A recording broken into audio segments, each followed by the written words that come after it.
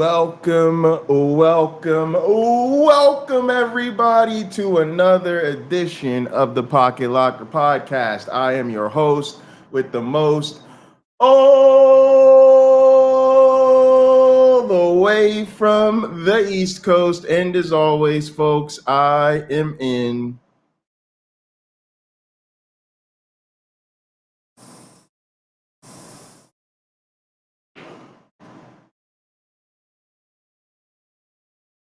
airplane mode. All right, gang, I have been waiting all week to bring this to y'all. This one is good. We got a good episode lined up for y'all. With that being said, let's go ahead and jump into the main event of the evening, y'all. I don't know what to tell somebody call an ambulance or something. These kids just got whooped on. Now look, warning, we're gonna be looking at some young folk, okay? And so we're gonna be on that curve today. I'm gonna just put it to that. We're gonna be on that curve. They young, y'all know how young people are.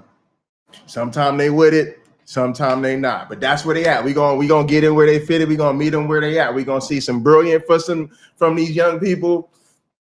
We gonna see some other stuff from these young people. But y'all, I'm telling you, this shit is good right here. All right, this is the Boy Conscious Lead channel. Check them out if you want. But if you look up this debate, you can actually find the whole debate. It's like a whole 55-minute thing. You can find it. I don't know if you look somewhere. This is Conscious Lead channel. If you look somewhere in the comments or whatever, you can find a link. You can look it up. It's the Shawnee Mission East. Now, this is an important thing to pay attention, y'all. This school is called Shawnee Mission East. And we're going to get some hints throughout this as what's going on in the East that might be different as some of these other Shawnee Mission schools. And these is kids from Kansas, y'all. So just hold on to your seatbelt because click your heels like Dorothy, y'all, because we going all the way to Kansas and we're going to be talking about the Confederate battle flag with some students from Kansas, y'all. But look, y'all, I'm just glad to see y'all here. Good to see everybody here. It's Friday. I'm tired.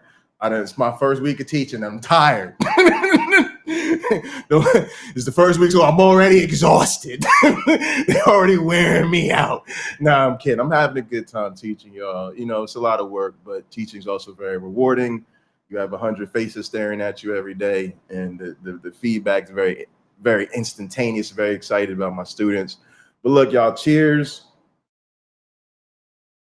Mode. I hope everybody had a good week. I hope everybody's doing well. Hope everybody's looking forward to a good little holiday weekend. Let's get into the mode. And then let me give a quick little shout out to who we got here. My man AR was leading off the charge. AR is also lurking. We got Logan in the house. Ryan is here. Katina's in the spot. Appreciate y'all. All right, let's get to it, y'all. Like what it's like, how the war started. It's kind of evolved into like a racial thing when really it was not started as a racial thing at all. And I think that like it should absolutely be filmed like publicly. Any other opinions? All right. Now here's something that's very interesting. I'm picking up on these things as I go through this, y'all. So what's very interesting about him is this is a kid that's defending the flag. He is pro flying the flag. Now I noticed something very interesting about what he said. He said like, oh, it became racist over time. It really was that. And so you kind of want to get with him like, oh, this poor man is just so uninformed. He just don't know. But then you see the way he shrugged it off. So I think it should be flown. Like, look at this. All right, so y'all, it's the body language. Watch this body language. Like what it's like, how the war started. It's kind of evolved into like a racial thing. Right. So he's it's kind of like, so now he seems like an inquisitive kind of uninformed student, right? But watch how his body language changed. And really, it was not started as a racial thing at all. And I think that like it should absolutely be filmed. Right. Notice how he just leaned back, kicked in his chair, and literally shrugged his shoulders. Literally shrugs his shoulders. Yeah, I think it should be filmed. And I think that Like, it should absolutely be Literally touching his shoulder. Any other opinions as far as agreeing with him or disagreeing with him? Okay, Mr. Justice. Yeah, some other opinions, You have a right y'all. to fly it. I do not think it should be flown on public property. Shut up. Hold the phone. Pause the tape. You thought I was going to let you listen to this young man speak?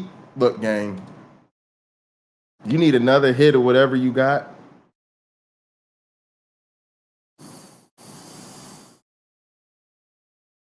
This some hybrid shit I'm focusing on. My new place, I be vaping, y'all. I kind of like vaping. I ain't gonna lie to you. I like to get my cloud up, but I like the fact that the vape is clean. But look, whatever you got, you ain't got enough of. When I tell you you're not ready for this young man, you're not ready for this young man. All right, here we go, y'all. I told you you're not ready. You do have a right to fly it. I do not think it should be flown on public property, like in front of a state house. You can also fly it at protests. But you mentioned misconceptions.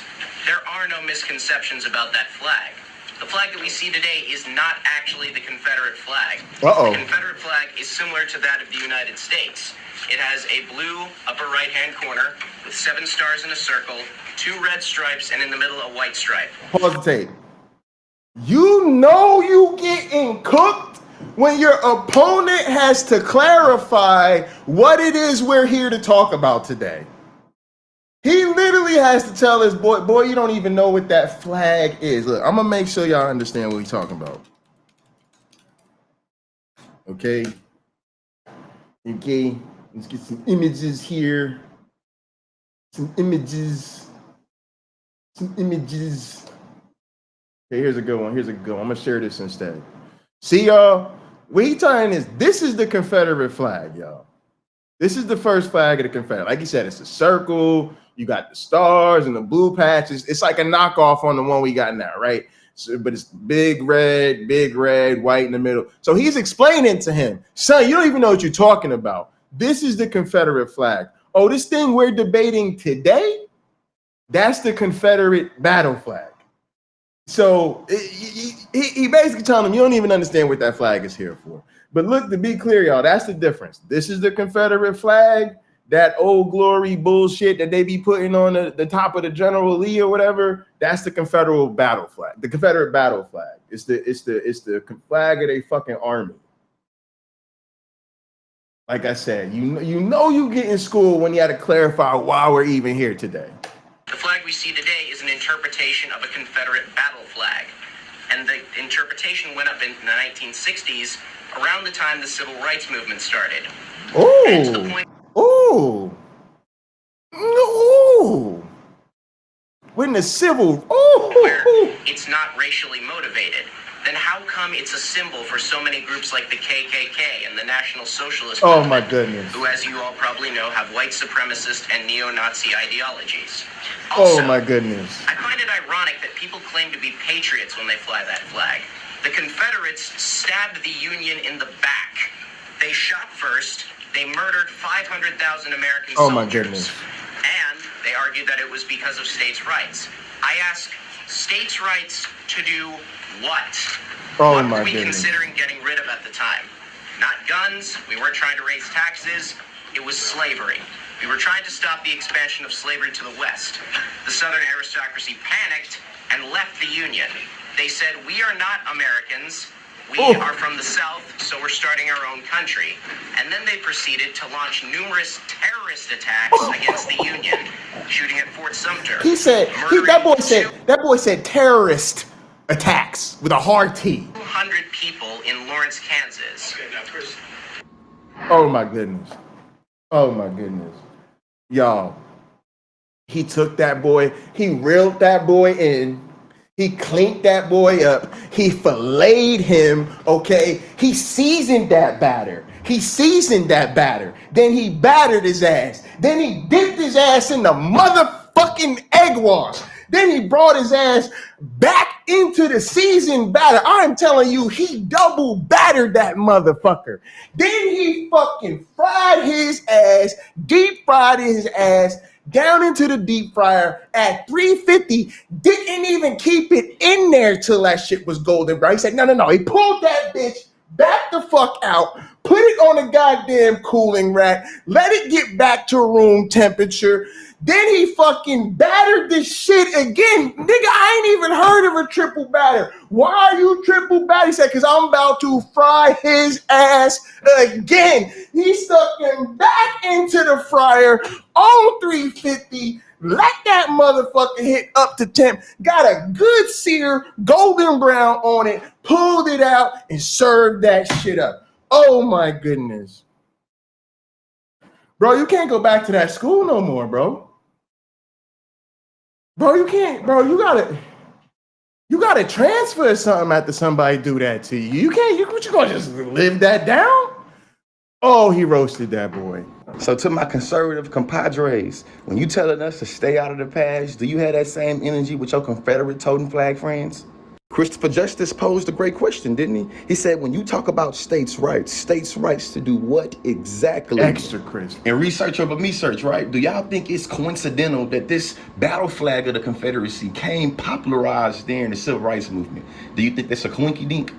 And this is where the conservative contradictions start coming in. How you trying to weaponize being a patriot and loving America, but you got this old treasonous ass Confederate flag that literally made it where these folks were so against America that they waged war against it. And again, yo, does this sound familiar to y'all? Does it sound like another time when people showed up to our Capitol with them same motherfucking flags, claiming to be patriots as they smashed the fucking windows of the goddamn Capitol? Literally shit on the founding fathers. They literally shit on images, priceless fucking paintings and shit of the founding of this nation. They just fucking literally threw they doo-doo at that shit like a bunch of fucking chimpanzees. Then they fucking erected a gallows for the motherfucking, do y'all remember this shit? Am I the only person that remembers this shit? Am I in a fucking fever dream or what? And these same motherfuckers want to talk about how they patriots. Not even having that conversation. We're not even having that conversation. American veterans though, huh? So how does it feel when you make your little distinction about heritage, that your heritage is still built on slave labor? You feel what I'm saying? Let's keep it a stack, folks in the back. The people that have the Confederate flag. Can I get paid for the work of my forefathers? Can I get an inheritance? Can I get some reparations? You know what I'm talking about? Everybody talking about, oh, my family did this or that. They earned this or that. They earned. Don't nobody want to get that money back. It's amazing. Everybody, meritocracy. Don't nobody want to get their inherited money back. What's up with that? Are sore losers. They don't know how to take an L with dignity, huh? Yeah, I was gonna say that Christopher was saying that KKK groups and other hate groups were flying the Confederate flag, but they were also flying the American flag. So I don't think that that's a valid argument at all in terms of like evolving the Confederate flag into racism. Because if that was the case, then the American flag would also be known as racist. And again, like, this literally sounds like a kid that just sits around listening to his racist uncles talk and is now just gonna try out their points. But see, the funny thing about people like this is they're too smart to be this stupid. And if you watch their body language, it's like they know they're wrong. There's just a certain arrogance, like, I don't give a fuck, really. I'm gonna just trot out these tired ass talking points. You could kind of look around. He knows he's wrong. And now he's going to look. And what he really wants is he just wants people to go with him. He knows his argument's stupid. He knows he's being racist as fuck, but who cares, right? And so he wants to get the crowd on his side. So he just, and we got to realize we deal with a lot of people that do this to us. They trot out these fucking dumbass arguments. They already know they're wrong. And then we take that shit like a man. We sit there and have a fucking back and forth like you're dealing with somebody that's really having a good faith conversation. Like, who in they fucking right mind? I don't care how old you are. If you in 6th or 7th grade, you fucking know that, oh, well, they did this other thing too. Like, you know that's a bad argument. You know that's a dumbass argument. We'll let the professor speak once again. Okay. Also, again, bro, you can't go back to this school, bro. Bro, you can't go back. The teacher said, I'm going to just let the professor cook. You know you getting handled when the instructor is like, I don't even need to teach today. He called him the professor. He said, I'm gonna let the professor speak. Damn, bro. Damn, you getting cooked when the teacher is like, I don't even gotta say nothing. I'm gonna let the man speak. Yo, this like me with Michael B. Bro, he showed up ready for this. Yo. Before the United States was what it is today, that did represent slavery and women not having the right to vote. But the thing is, we evolved. The United States has evolved over the years. Our founding fathers made it so we could change. When the Union was trying to change the way slaves were treated, the Confederacy, as I said, stabbed us in the back and murdered 500,000 people. And to your argument that the Confederate flag didn't start out as racist, I disagree. Here is a direct quote from the Confederate Constitution. Other than this one bit, it is exactly the same as that of the United States. Quote, no bill or attainder ex post facto law or law denying or impairing the right of property in Negro slaves shall be passed. So it says, no matter what, we will keep our slaves.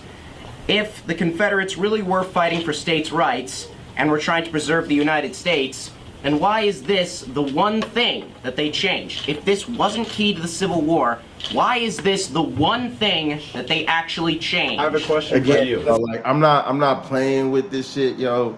Like, this is how you know who somebody is. When you get the chance to really say your shit, and you get the chance to put ink to paper, what the fuck do you do? And what you put in your shit is who the fuck you are. It's why I don't play these fucking games about the Bible with people.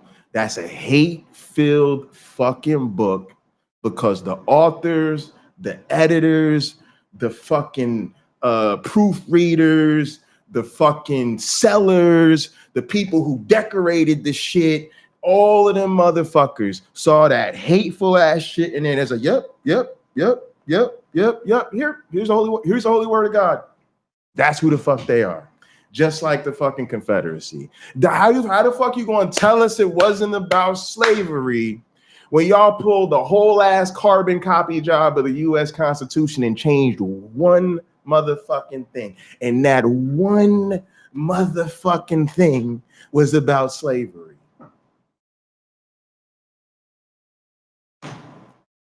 Boy.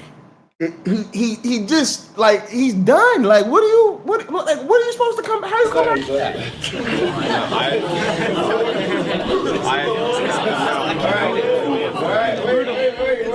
I'm gonna say somebody. I don't want to say it.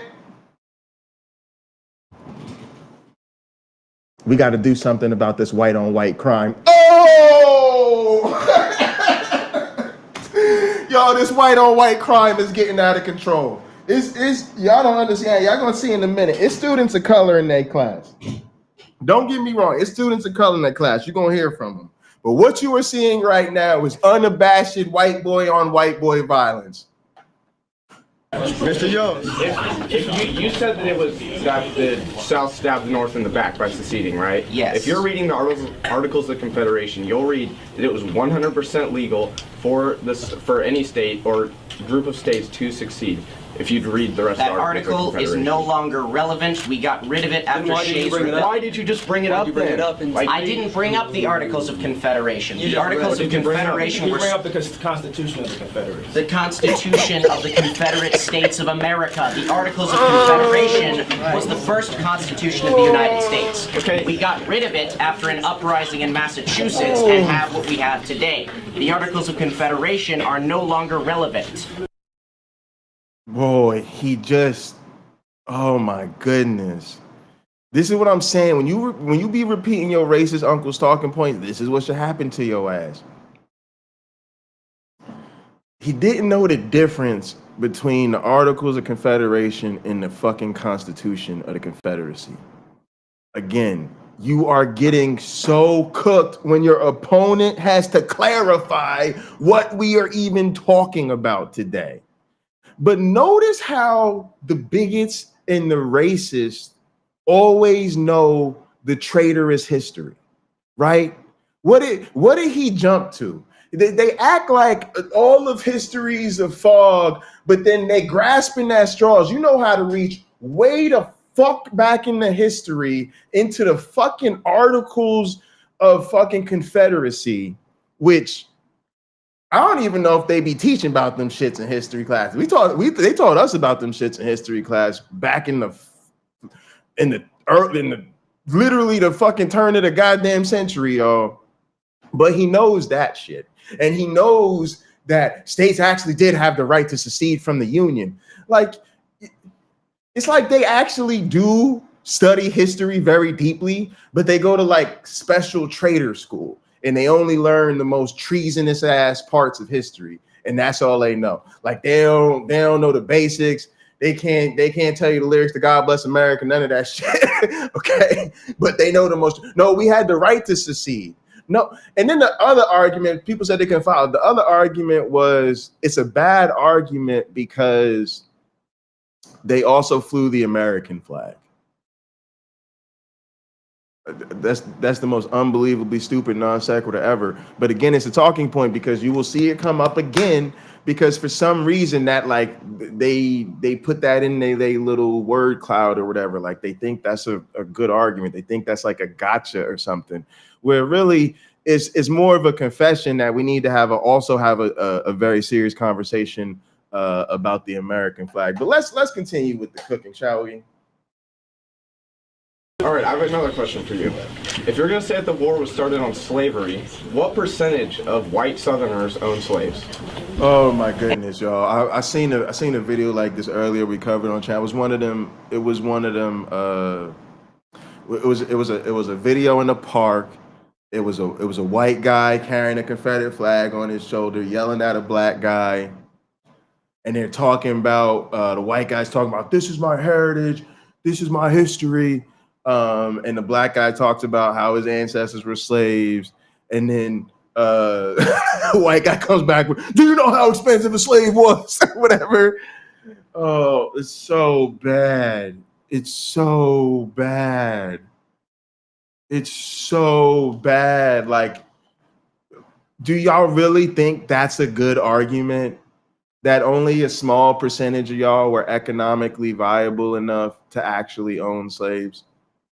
I gotta be honest with you. I'm gonna tell you the vibe of this motherfucker right here. This is the type of motherfucker that would be happy to own slaves right the fuck now.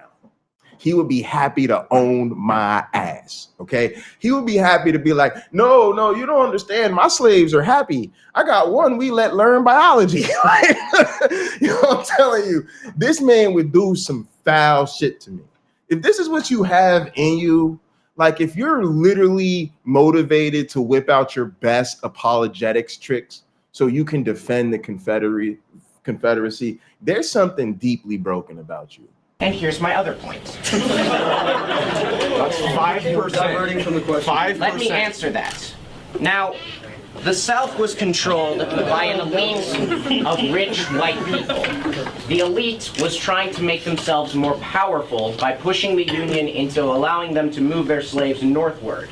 Here's what they did. They tricked poor Southern whites into thinking they were fighting for freedom, when in reality they were being used as cannon fodder in a war that only benefited the rich people in the South. Again, does this shit not sound familiar to y'all? I feel like I'm living in a motherfucking fever dream. Is this the Confederacy? Is it the United States of America? Is this the South? Is this the North? Is this fucking Dixieland? Is it 2024? Is it the Civil War? I don't fucking know. It's all a goddamn shit to me. All I see is a bunch of traitors, a bunch of racist ass traitors fucking trying to tear down the fucking Union, turning around claiming to be patriots. Y'all, this shit is the same thing. All the conservatives, all the Republicans. Yes, no. Yes, Christians, y'all too. All you get your crosses, get your Bibles. You're in the boat. You're part of the club too. You're all a bunch of fucking suckers. You're all a bunch of fucking suckers. Literally selling out, doing the bidding of the motherfucking rich. Cannon fodder. Who went to jail for fucking January 6th? Who went to jail for January 6th? A bunch of poor white traitors by the motherfucking thousands. By the motherfucking thousands. Y'all will be on federal watch list for the rest of y'all natural lives, and you deserve it because you're a bunch of fucking traitors. But who skated on that bitch? Who literally fucking was waving to y'all dumbasses? It was like, oh, look at all the dumbasses waving to y'all dumbasses. The people in power, the Congress people, your dumbass president, cult leader at the time, your congressional people, all your little billionaire fundraisers, all them people that organized all them fucking buses. They brought y'all dumbasses down there by the busload. Cannon fodder for the rich. And it's all you will ever be till you wake the fuck up. And you know what else you ain't never gonna be? Rich.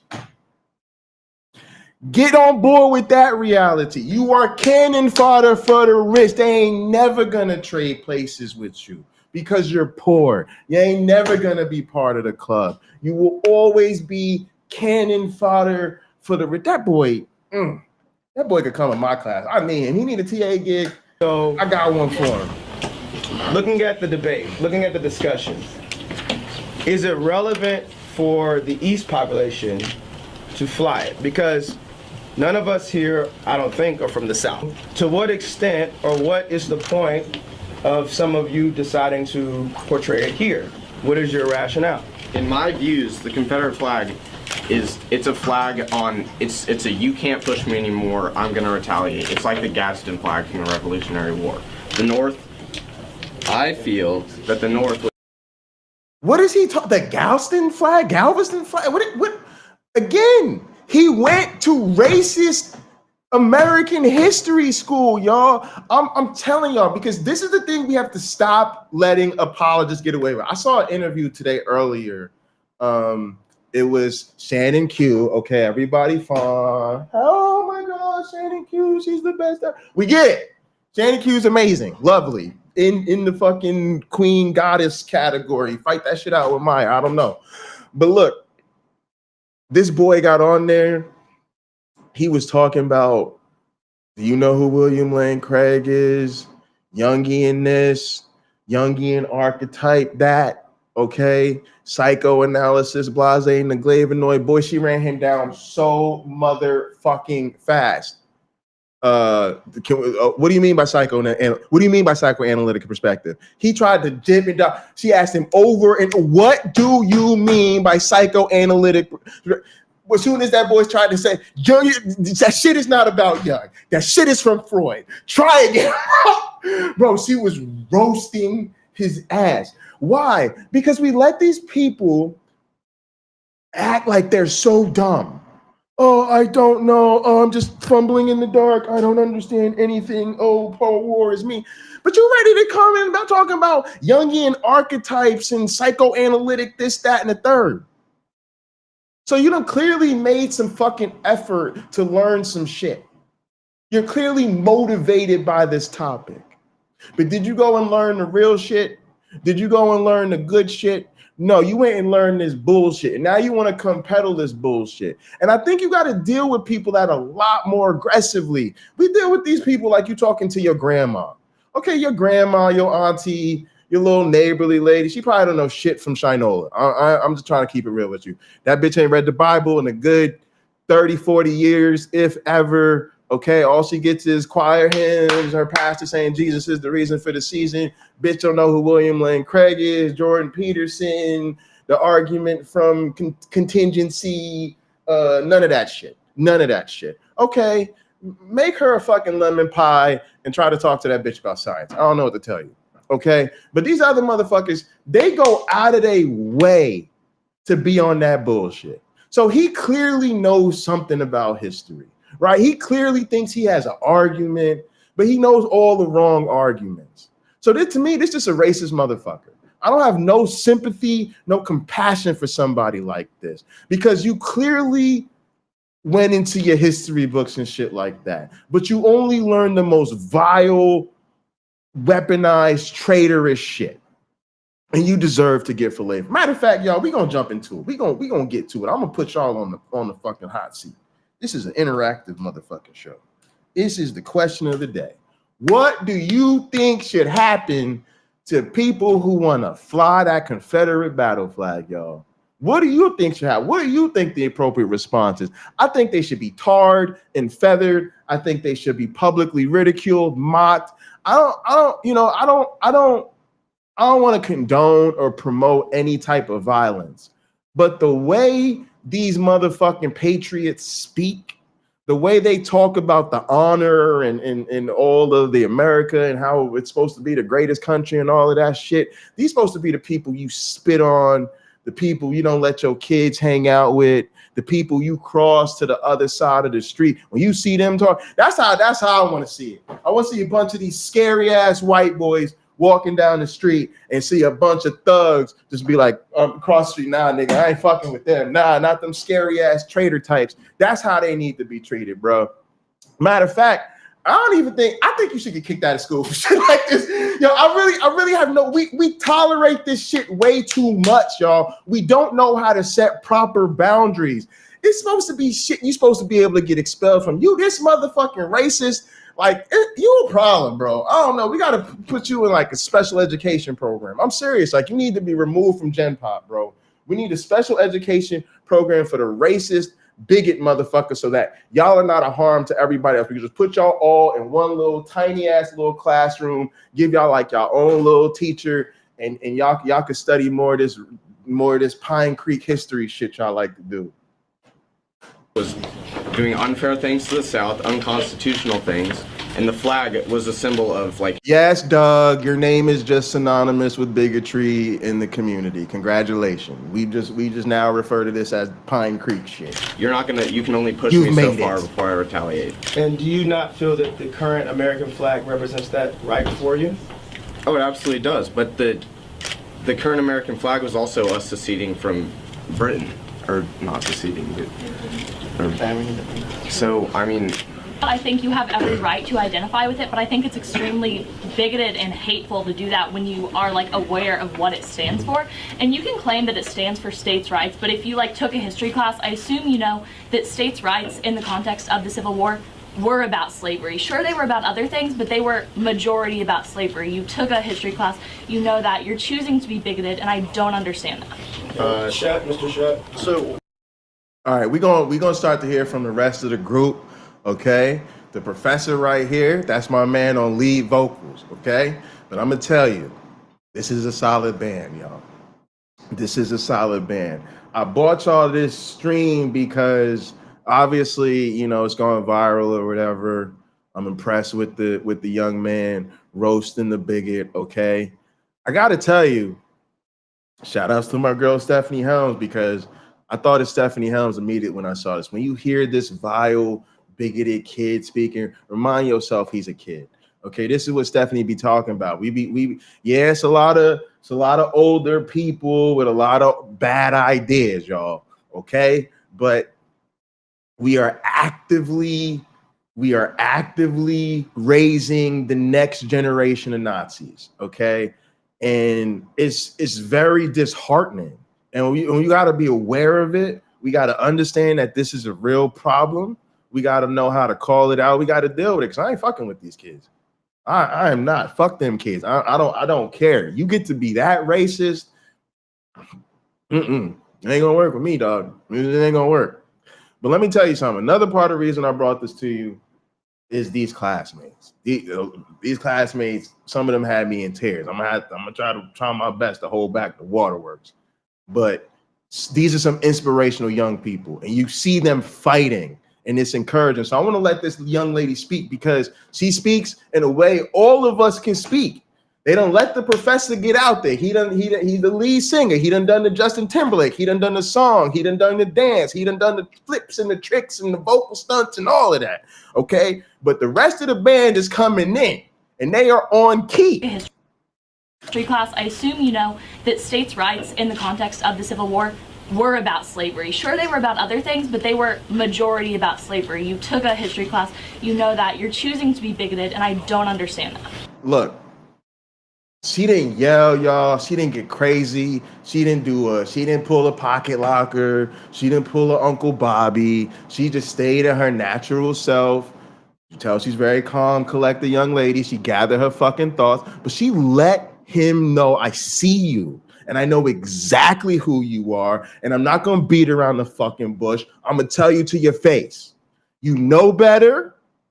You've been fucking educated on this. I know, motherfucker. I go to this school with you. I've sat in the same goddamn classes with you. I know you know better. You're choosing to be a fucking bigot.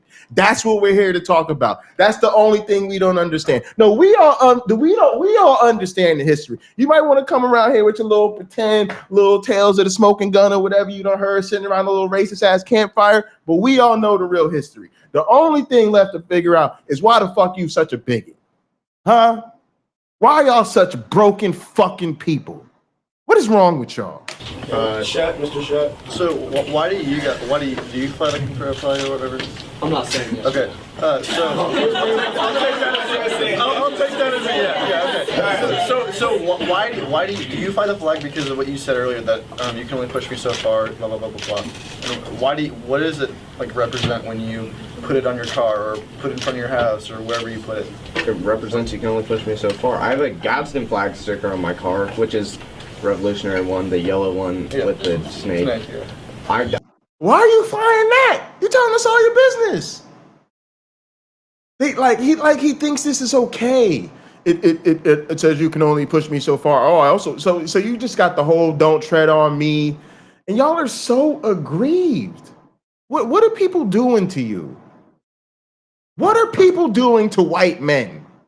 Yo, am I missing something? I gotta be honest. I be making fun of y'all all the time. I be telling y'all, look, y'all don't understand what happens on the black phone. Every once in a while we hear that special ring. Black folks know, and y'all don't know because y'all not black. Y'all don't have a black phone. Y'all don't understand. You gotta ask YouTube punk, ask some people out there. Will tell you don't know. So maybe that's what I'm missing. Maybe it's like a white phone. It's like a white only support group. It's like whites only networks or something. What is going on to white men? Are y'all doing something to these white men I don't know about? Because they acting like, oh my goodness, they acting like black people. You think you've had it rough? LGBTQ people, you think you had a hard time? Shit, hold my beer. Let me tell you how hard it is to be a white man. Bro, what are you like? Bro, you barely been out of diapers for more than a fucking decade. How the fuck have you had it so hard? You already flying a damn Confederate flag. You got the yellow one with the snake. You probably got the don't tread on me. You got the upside down cross. What's wrong with him? Help, master in distress, master in distress. I think that they're very similar. You can only push me so far. What you can only push me so. What are y'all doing to these white boys? As Georgia was saying, we have to look at every aspect of the flag. And she mentioned slavery and stuff. She didn't mention the unfair treatment by the North, and also the. Oh yeah. Oh, please believe. If I'm that instructor, I'm taking all sorts of notes. Oh yeah, I'm having a little talk with the guidance counselor. Oh yeah. I'm gonna let you know. Jim Bob Jr. right here. Yeah, Jim Bob Jr. comes from a problematic household. Okay? A very problematic household. Yeah.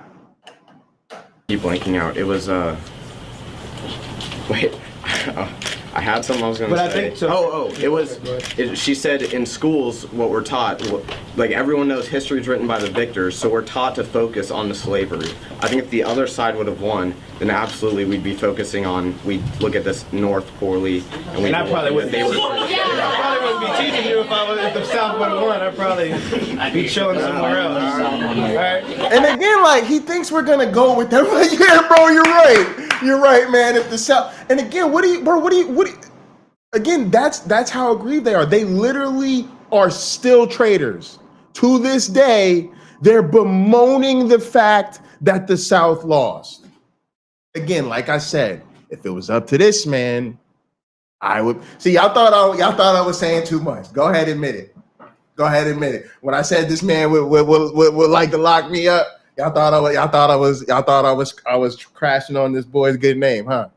But now you heard him say it. Now you heard him say, well, if the South won, we wouldn't be talking about this now, would we? Yeah. Bet you do wish the South won, Mr. Can I have like 3 examples of what else the Civil War was about? Oh. Slavery. See the choir coming in, y'all? Not everybody has to write a dissertation. Not everybody has to be the United States champion in WWE. You don't have to jump off the top of the cage and hit everybody with the elbow drop. She just said, okay. She said, okay, it was about other stuff. Okay, can you just tell me 3 other things it was about? Just a very simple question. I'm telling y'all, that's a little Shannon Q right there. See, she did her little Shannon Q right there. She just hit them with the questions they can't answer. This is an argument about okay, yeah, it is, because that's what the Confederate flag was They can't, look at the dodging, and she got him. She got him. I think so far we've had a pretty good discussion. All right, so there's no reason to get out of control. I mean, I just feel like that's a legitimate question since the Confederate flag came from the Civil War. I feel like that's a legitimate question. What else does it stand for? Like, what specific states' rights issues are you talking about? And like, how again, cannon fodder for the like rich. you're being pushed? In what ways are you being pushed that you feel the need to fly the Confederate flag? Like personally. Mandated by the government. Okay, like in what instance? Like what? Give it to him, let's go. Well,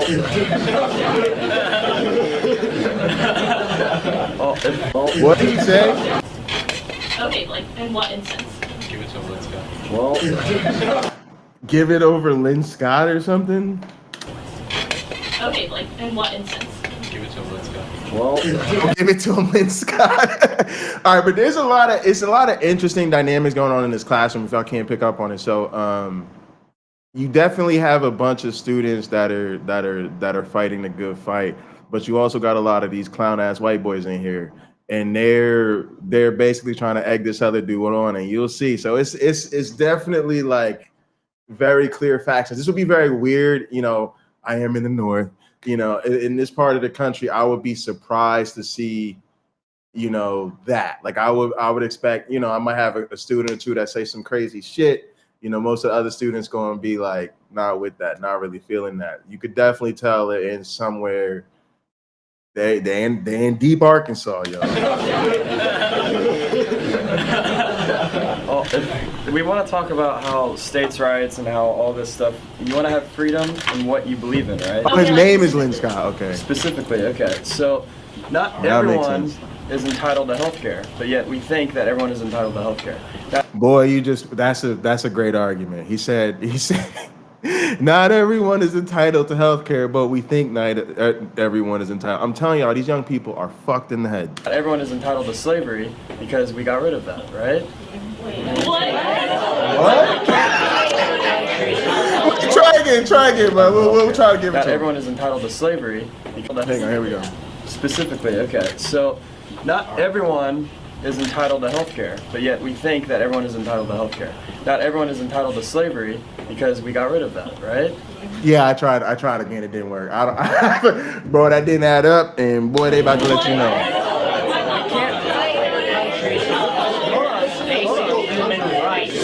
Hold on. It's the same thing. Back in the South,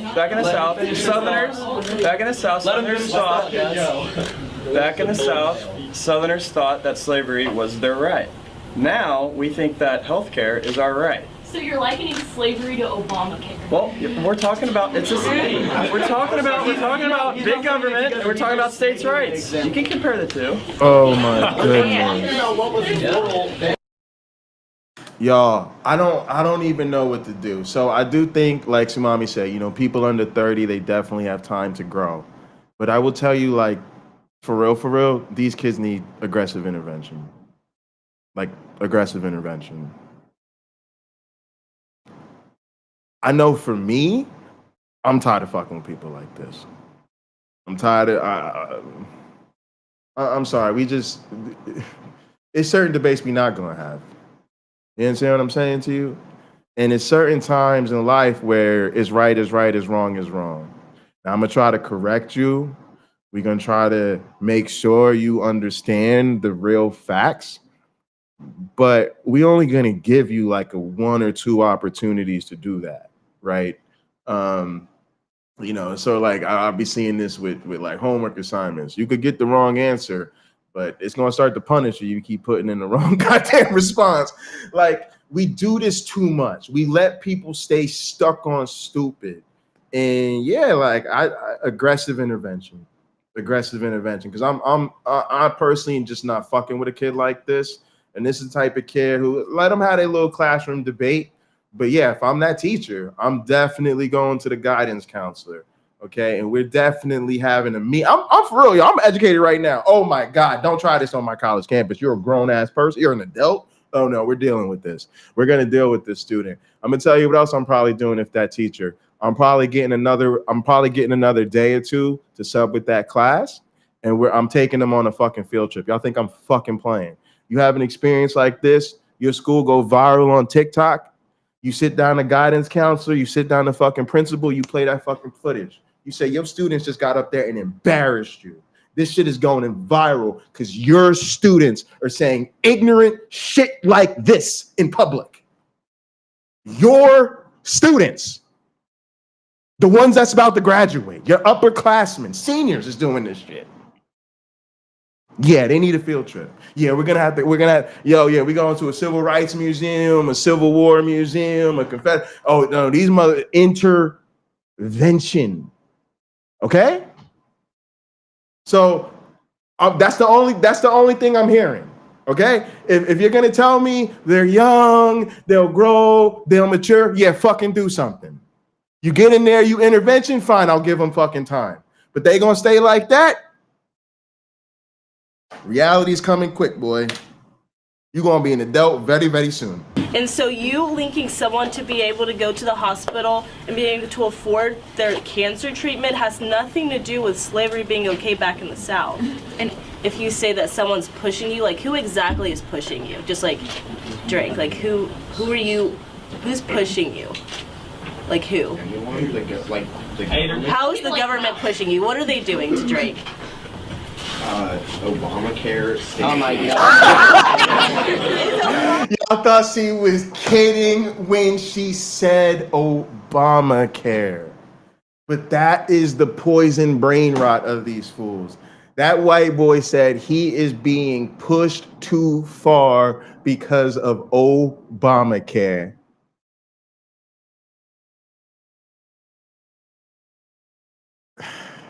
The man might have a job. He might have a little work study, little after school job or whatever. Bro, you just started. Bro, you brand new to the tax base.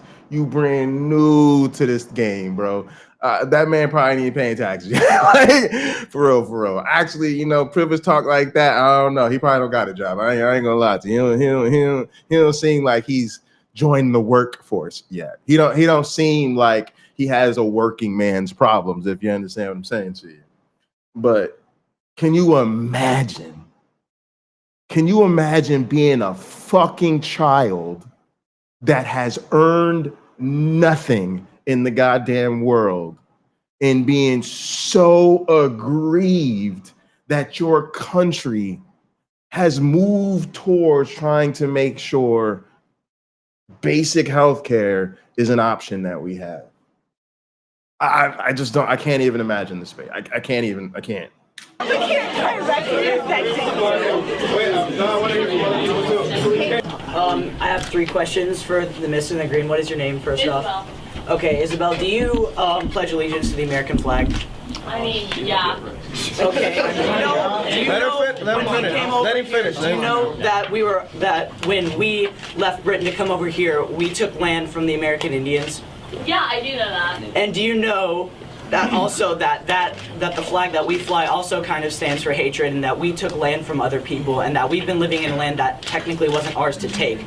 So why are you only holding partial facts? Wait.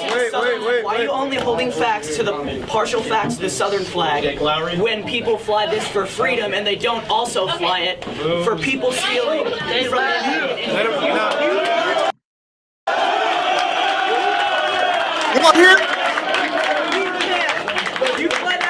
Y'all hear that? That's the J6 choir. That's the what's the little name of this school? That's the Shawnee Mission East January 6th choir. Straight up, y'all. They were cheering that. I told y'all we was gonna come back to that bullshit ass American flag argument. Y'all didn't think it was gonna come back with such a vengeance, though, did you? They literally lost their minds. They lost their minds. They thought that was too much time on 4chan. Max's dad raved against Obamacare when it was first announced. Fox News is basically a pathogen to mental facts. This is just, but look, y'all, that's what I mean, like, about the seriousness of the situation. That's what Stephanie was talking about. That motherfucker just gave the dumbest ass argument, which was basically literally, well, you fly the, and again, like, the funny thing is the people that you're talking to, they like, when we got a debate, you want to have a debate next? But they really think that's a good defeater. That they really think that, like, being like, oh, well, you'll fly the American flag. But nigga, we ain't got no fucking loyalty to the fucking American flag. But it's killing me, y'all, that like half the class, mostly white boys. Let's be honest. Listen to that crowd again. Listen to that crowd again.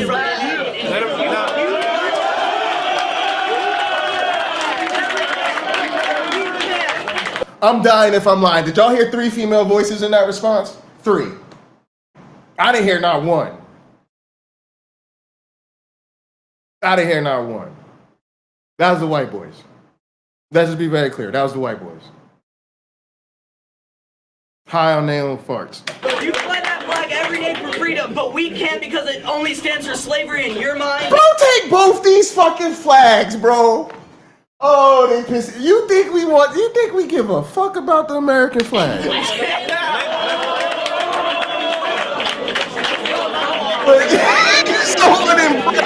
don't take my flag and go on Indian reservations and wave it around and be like, look what I stand for. I don't do that. Okay, I don't do that. What Drake does and what all of you who wave the Confederate flag in front of any African American students in the East, you're condoning that and you're openly telling them that you accept the racism that they have faced and continue to face by you. I know all of you that make fun of the we too are East thing. All of you do that. I hear you do it. It is absurd. And for you to sit here and be like, ooh, she's going off. And you listen to this. Listen, this is a deep little nugget about where we talking about. Our East thing, all continue to face by you. I know all of you that make fun of the we too are East thing. All of you do that. Ooh, see, like, I seen your white boys making fun of the inclusive shit. I seen you. I know who you are. And she's having her moment, y'all. She has been bitching and moaning about these kids to her parents, her girlfriends, her boyfriend, anybody that will listen. She is tired. She is tired of these fools. I'm here for it. I'm here for it. It is Gold absurd. star. And for you to sit here and be like, it's okay because of states' rights and try to condone your own racist actions is absurd. Like, that is so ridiculous. And you can sit there and laugh at me, Drake, but you are being bigoted. And I think, like, the general American population that, like, is actually educated would agree with that. Maybe not all of us here at Shawnee Mission East that live in this bubble, but, like, I'm sorry that you're gonna continue. Now, was that the girls or the boys? You're gonna I'm sorry, y'all. I know how to listen to the crowd. I gotta make these judgments, snap judgments real quick in the class. Who was that? Isn't that crazy, y'all? Isn't that crazy that it could be that clear? That you just say some racist, bigoted bullshit, terrible, bad argument, and literally all the white.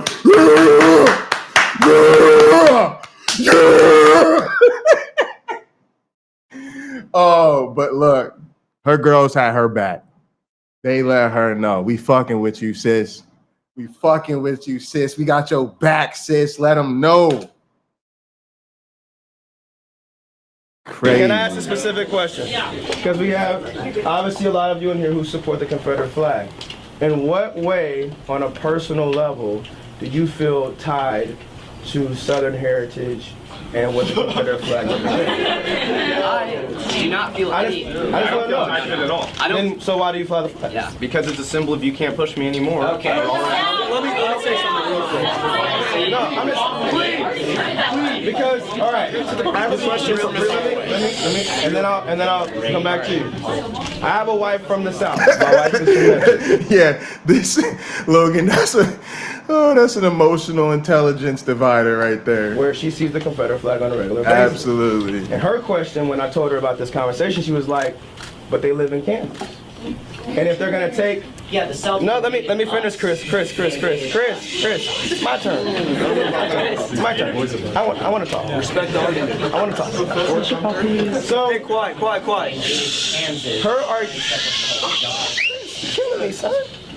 We're good. All right. So, her argument was that if they're gonna take Southern heritage, they gotta take all of Southern heritage. You can't just represent one part of Southern heritage and say, well, this part over here, I don't represent that. Right? Just like we're saying we have to represent the entire of the American flag and what it's representing now and what it's evolved to represent. So what has the Confederate flag evolved to represent now that is so relevant to your somewhat privileged prairie village life?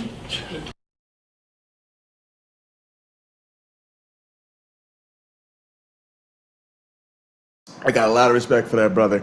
I don't even know if he's their actual regular instructor or if he's like a substitute or what. I only say that because it seems like a fun time. Bro, is your class just like this? Because this is a cool class. But like he really staying in there with these kids. You know, he's definitely representing. I think like he's being authentic without like, you know, taking it too far because he is the instructor. I'm very impressed with his composure and his ability to challenge his students and to keep things together and keep it educational and also give his students a lot of latitude in the classroom. I love to see that. I'll tell you, like me, y'all, like I hate lecturing. You know, I'm like a new school instructor. I'm all about active learning and like, you know, I have a class where I'm supposed to be like, it's like a lecture class. Maybe all my colleagues are lecturing. I don't really know. But I can't deal with lectures, y'all. And I don't know, they're just not the best way to learn, right? And so today I was like, fuck it, I'm not doing a lecture. Y'all can review the slides on your own time. Let's do an activity. We had fun. I had my class reconstructing phylogenies. You know, that's what they're supposed to be studying right now. It was super cool. My classroom was so loud.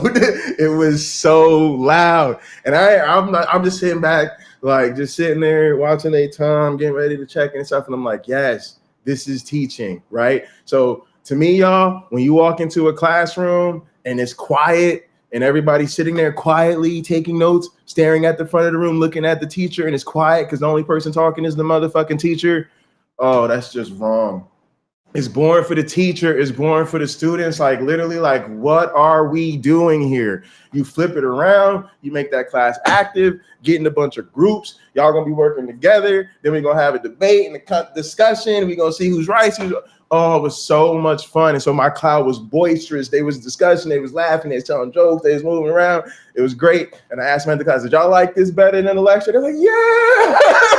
Like, oh, it was great. So that's what I'm saying. I'm giving him his props. This is active learning. Like this is getting your students engaged. Like let them have the debate. Like let them get in there. Let their personalities come in there. Let them go at each other a little bit. Make sure they keep it respectful. So I think as far as active learning and pedagogy is concerned, the man's doing this thing for sure. Okay. I was just saying. Then why do people fly the flag of a group of people that betrayed us and tried to leave? Secondly, we're not saying that you can't fly it. We're asking you to think before you do it and understand that people might be offended. And as you may say that you have the right to fly the Confederate flag, well, go ahead. We also have the right to burn it.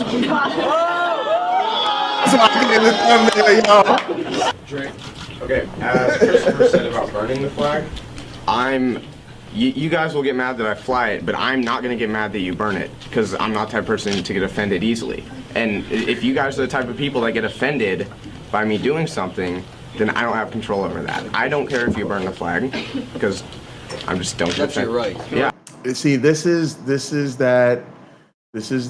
you can hear the Pine Creek in them already, y'all. Jefferson, I told you, man, we gotta get together, man. You done got me off the bench, man. I kind of hung up my Doug beaten down jersey for a little bit, but I'm gonna have to get off the bench and get back in the arena, whooping on Doug a little bit more, Jefferson, because he continues to devolve into greater and greater vileness. But you've been doing a good job, man. I've been impressed with your Doug hating abilities. I dub thee a fucking fellow worthy Dougalite. But nah, man, subscribe to Jefferson Spatchcock, man. Most of y'all already are, but if you're not, go ahead and do that. But look, man, you already hear it, and you can hear just the cruelty, right? And it's like a weird thing. Like, yeah, it was fun to say, all right, yeah, we could burn the Confederate flag, but you hear this a lot. I actually think apologists do this a lot too. Like, you'll get into a conversation with them, and they'll sort of realize, oh, well, I'm okay with this, and I've got to accept this. Like when you try to do the outsider test of faith, right? Sometimes when you run into the outsider test of faith, right? Somebody will say, oh, well, actually, I've got to say it is good for this other person to accept their beliefs on faith. I mean, if they really had an experience, then yeah, I've got to value the evidence. Right? They're trying to they realize what they've got to let other people do. And this is one of those things too. But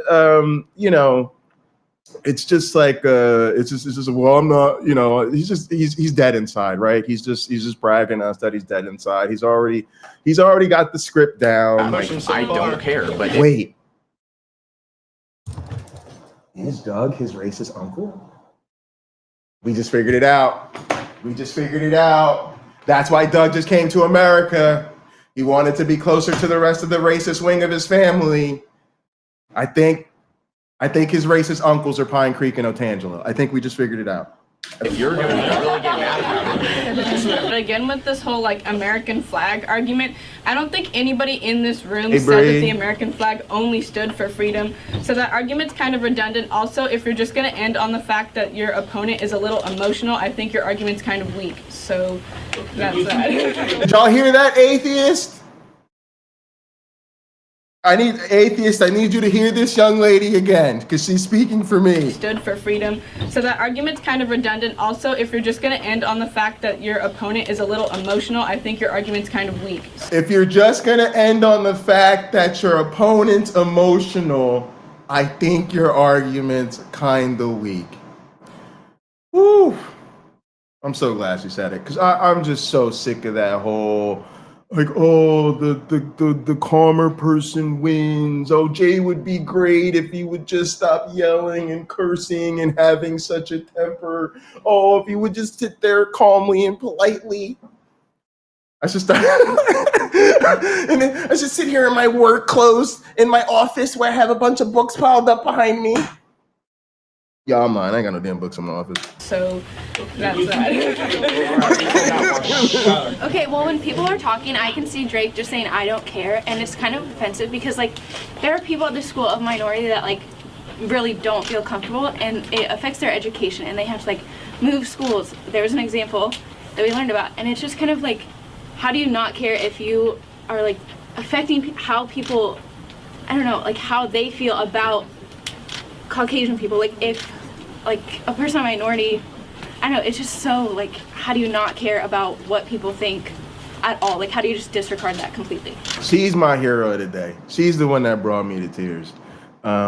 It's crazy because you literally, like, transports me to, like, a different, just a totally different place. Like, they've transported me to a different part of the country, a different time in my life, and you can hear that she's struggling to find the language, but she's like, bro, minorities, go here. This is real people. It really affects their education. She said, we've heard examples of people who have to leave and change schools. How do you not care? And this is the thing that I think so many of us lose in these spaces where we have these debates, unfortunately, way too regularly. We lose track of the humanity. We lose track of how disgusting it is to be in the room with people who want to play these word games and pick and choose little parts of history and all of this bullshit, when at the end of the day, your motivation is really to be cruel. It's really to be cruel and unusual and to just hurt people. And I'm telling you, like, I understand a lot of times we have conversations with apologists, you want to keep having them. I get being polite. I get being courteous. But remember who these people are. And remember the effect that their ideas and what they're proponents of has on real people, especially marginalized people. And care more about the damage they do than how comfortable they are in conversation with you. Yeah, thanks for inviting me here today. I'd love to be invited back, but we're gonna have to talk about these motherfucking lies and the effect they have on real people. This is my girl right here. She ain't know, but she got to me. She got me all choked up. She's really bringing it. They really all are. Like the people that's fighting a good fight on this one, man. I see them young ladies. Anything you do or anything someone do will offend someone out there. Like, people get offended so easily nowadays, and it's not like I can't control that. If I were to, I'm not going to give my opinion either way, but I think that if there's no legitimate heritage involved, then there shouldn't be like a reason you're flying it. I mean, there's lots of other symbols like your other flag that you could be flying, but I mean, if there's no like direct heritage involved, I don't think there's like a major reason to fly because there's so many other symbols. I love this. This is education. I love it. Like, I want everybody in class to learn, of course, engage with the content, yes. Engage with your classmates, that's even more important. But a major step to me in every class is the social skills, the communication. Those things are really, really important in life. And so I always want to see people take the step forward, whatever that is for them. If it's a student who's always sitting in the back, hiding out, I see him in the front of the room, great in questioning distance. You know, I'm recognizing they making a step forward. I have a student who starts always working by themselves, and I see him get more comfortable with group work. That's great. You know, when you have a really talkative student like me, you kind of want to see that student do a little bit of facilitating, right? Like, get their other classmates involved, make sure they keep the conversation moving, because you can always know, you can always go to them if you need somebody to spew words. But like, for a shy student who never speaks up, I just want to see him speak up. Just answer a question. You know, it doesn't have to be anything crazy, but it's like everybody taking that next step, whatever that next step of like social skills growth is for you. And so with these challenging topics, with things that are a little bit uncomfortable for people to talk about, I just love to hear students who, you know, recognize they probably don't have all the right words or whatever, but they have a voice, they have something to say, and they're gonna do their best to articulate. And it takes so much to do that in front of your peers in a situation like that. So I'm always just very impressed to see students taking those steps forward. I think that's the type of thing that makes leaders far more than like the content, because ultimately you're going to forget the content and have to learn it again or reference it again or whatever. But those social skills, that's where you really grow in a classroom. Okay, then why do people fly the flag of a group of people that betrayed us and tried to leave? Secondly, we're not saying that you can't fly it. We're asking you to think before you do it and understand that people might be offended. And as you may say that you have the right to fly the Confederate flag, well, go ahead. we also have the right to burn it. All right, so I don't know why, but this part it's like it repeats. Okay. I think they're showing it from a different view. Like kind of a person I know. Legitimate heritage. All right, but there's a different bit here at the end. All right, here we go. Everyone gets a say in this country, and everyone gets to like express their point of view. And I mean, let's just look at some African Americans, like during the whole Ferguson incident in Baltimore, like they were burning American flags. I mean, like they felt offended by the United States flag, by the unfair treatment by, you know, so-called like cops, I guess. But police brutality.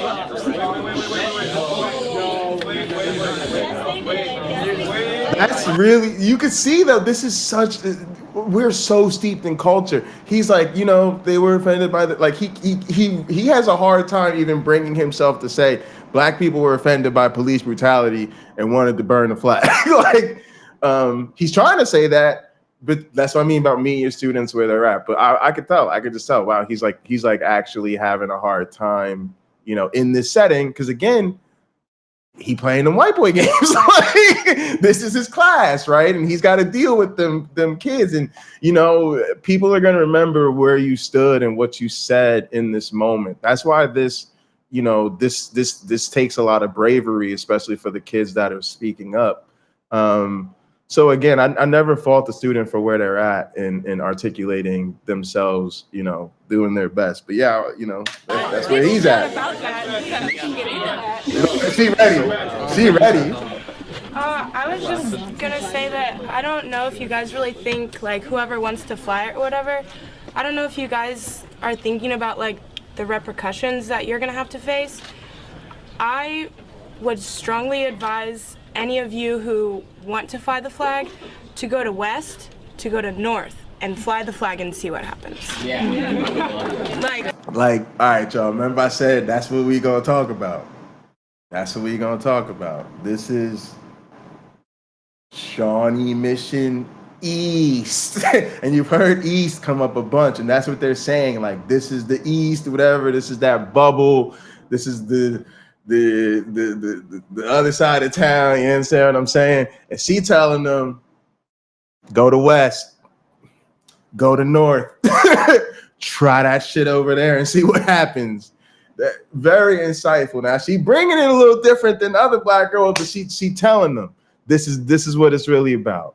You're playing a home game, brother. It's all good. It's all fun and games when you're playing a home game, bro. Come to my neck of the woods. See what happens. Okay, so I think she might be trying to say that like the environment that we're in is like not, you guys are thinking that it's okay right now because of the environment that we live in Prairie Village and in Shawnee Mission East. And I think that it just kind of shows how uneducated and not diverse the school is, and that the world isn't really like that. So if you're going to places that showcase what the world is really like, you're not going to have you're not going to have as much support. So be aware of that. I think that obviously a lot of people have expressed their opinions over this debate. But hang on, this is a very important point. This is a very important point. It's the cowardice of bigotry. It's a very important point. Y'all only do this shit where you think it's safe.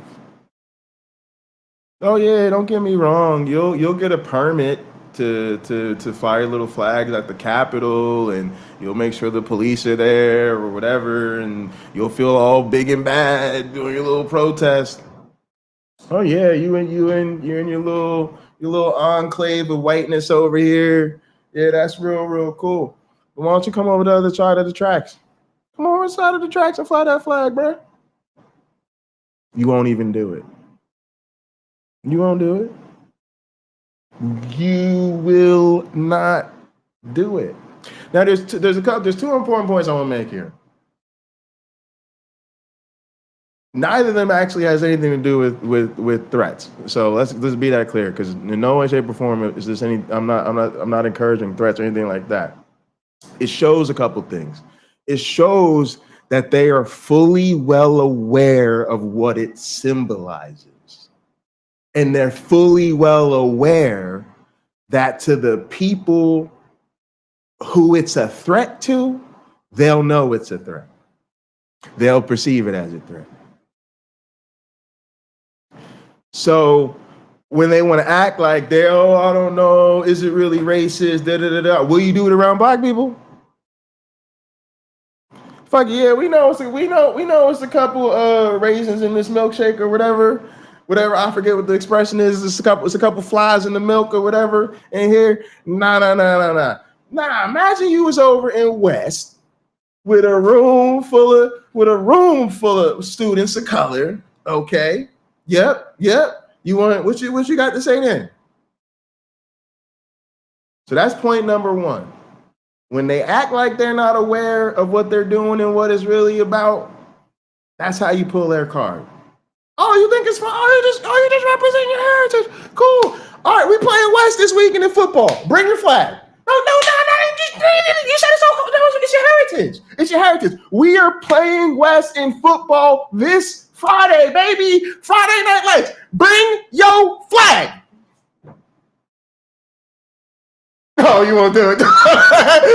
Yeah, see, that's how you really supposed to kick it to them. The second thing I want to bring up, when they flying that flag around you, you better start asking fucking questions, right? Because that mean you that part of town where they comfortable with that fascist shit. When they come with that fascist ass shit on your channel, when they come with that bullshit and they bring it to your house, they kick up on your spot and they say, oh, I could kick it here. I could kick my racism here and be comfortable.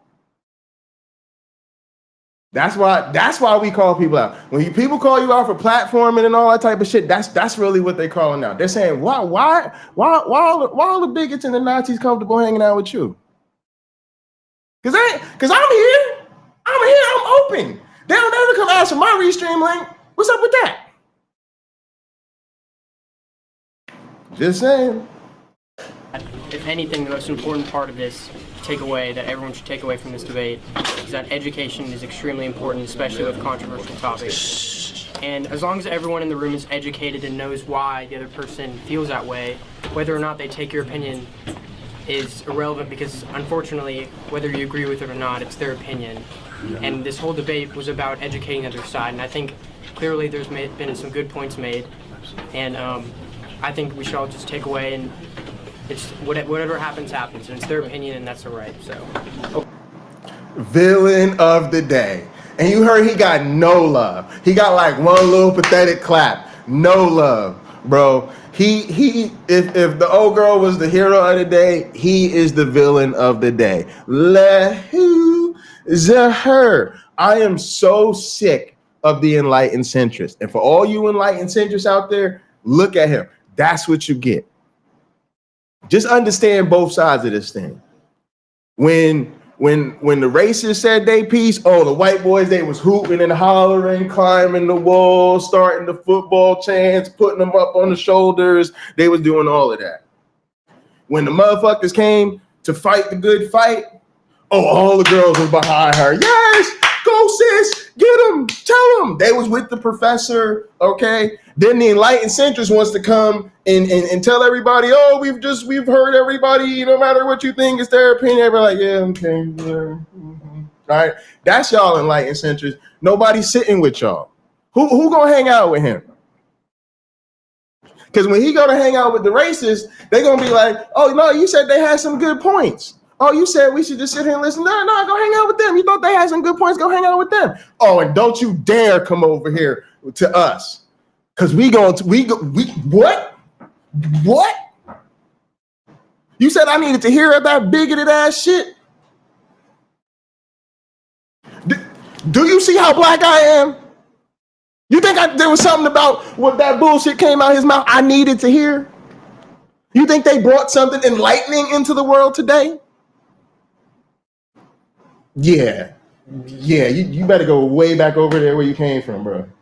Way back over there where you came from. There's no home for enlightened centrists. You think you're better than everybody, but you're wrong. You couldn't be wronger.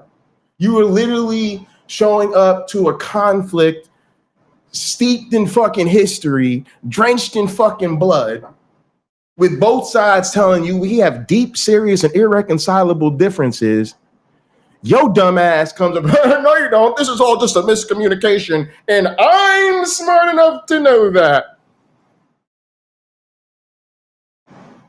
You about to get beat down. We about to come together on one thing. You suck. We about to get together to beat the enlightened centers down. That's one thing I will get together with a right winger quick, just to beat down on enlightened centers. Yeah, we can get back to this blood feud we got in a moment, but can we just get together, just whoop on the enlightened centers? We'll whoop the enlightened centers, beat them all the way to the other side of town, and then we could get back to the rumble in the jungle. You understand what I'm saying to you? I got no love for the centers, bro.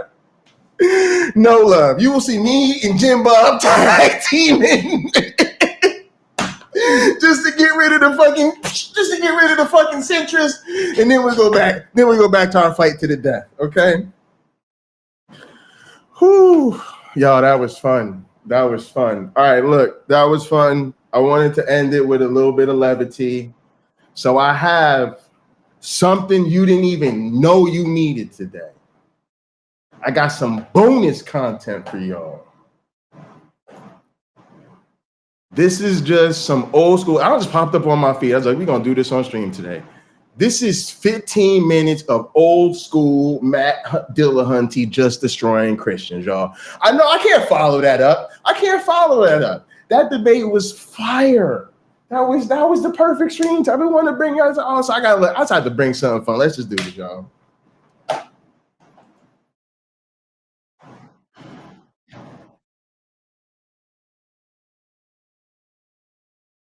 I roll the tape, but I ain't share the screen. See, I can do this. I can produce this show and host this show at the same time. Okay, we do this.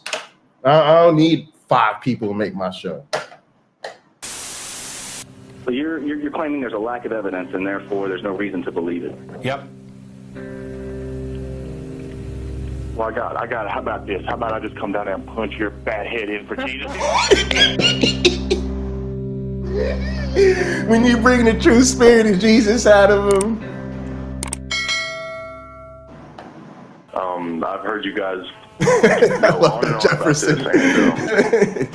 Centrists are good for one thing. I'll get back to you.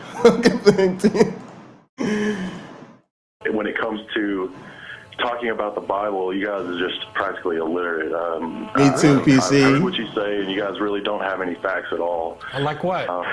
Well, just like anything you've ever said today about the Bible, about anything that you've ever said about it. Besides, what I'd really like to do is someday I'm gonna come down there and punch your fat face in for Jesus. That's what I'm gonna do. Really? Do you think that's what Jesus wants you to do? Because yeah, definitely. He's gonna come back and he's just gonna. Does he want me to turn the other cheek when you do that?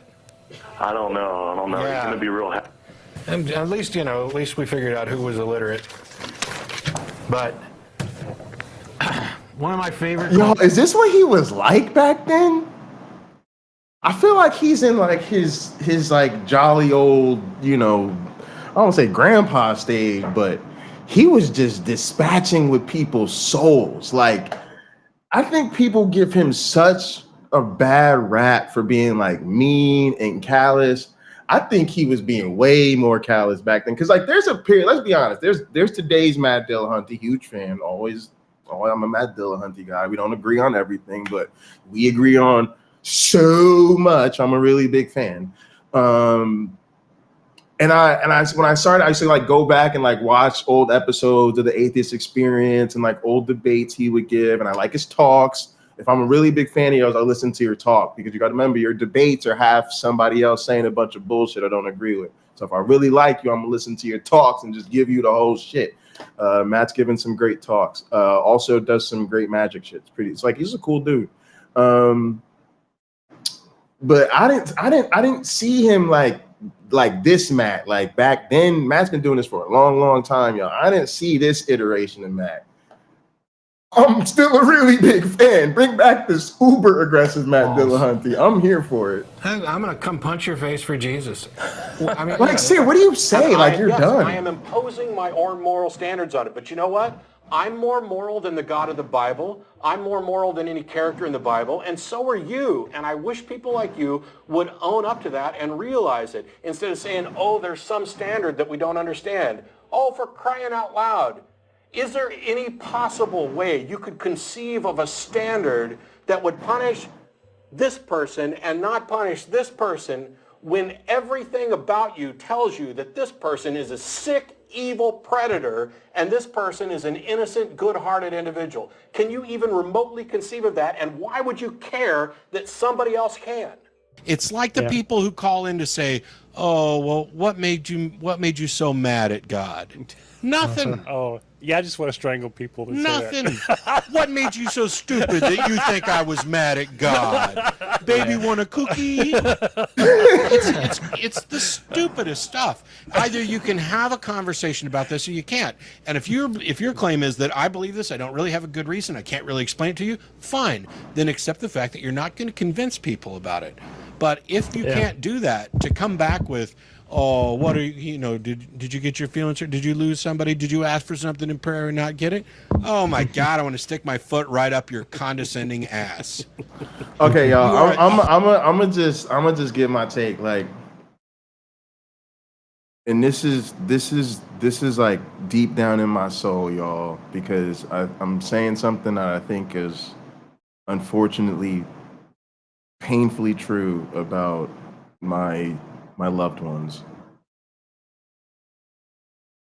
Christians can't have honest conversations about Christianity. And it kills me, y'all. But they can't. It's never an honest conversation.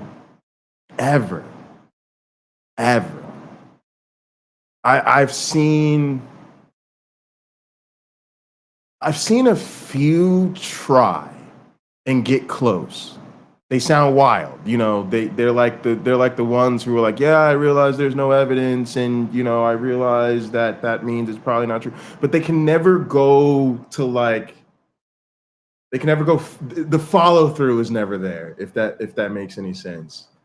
And so it's endless tap dancing and games, and it's incredibly frustrating. And the thing that bothers me the most is that they demand to be treated like the most honest, the most open-minded, the most reasonable, the most kind, the most considerate people in the room.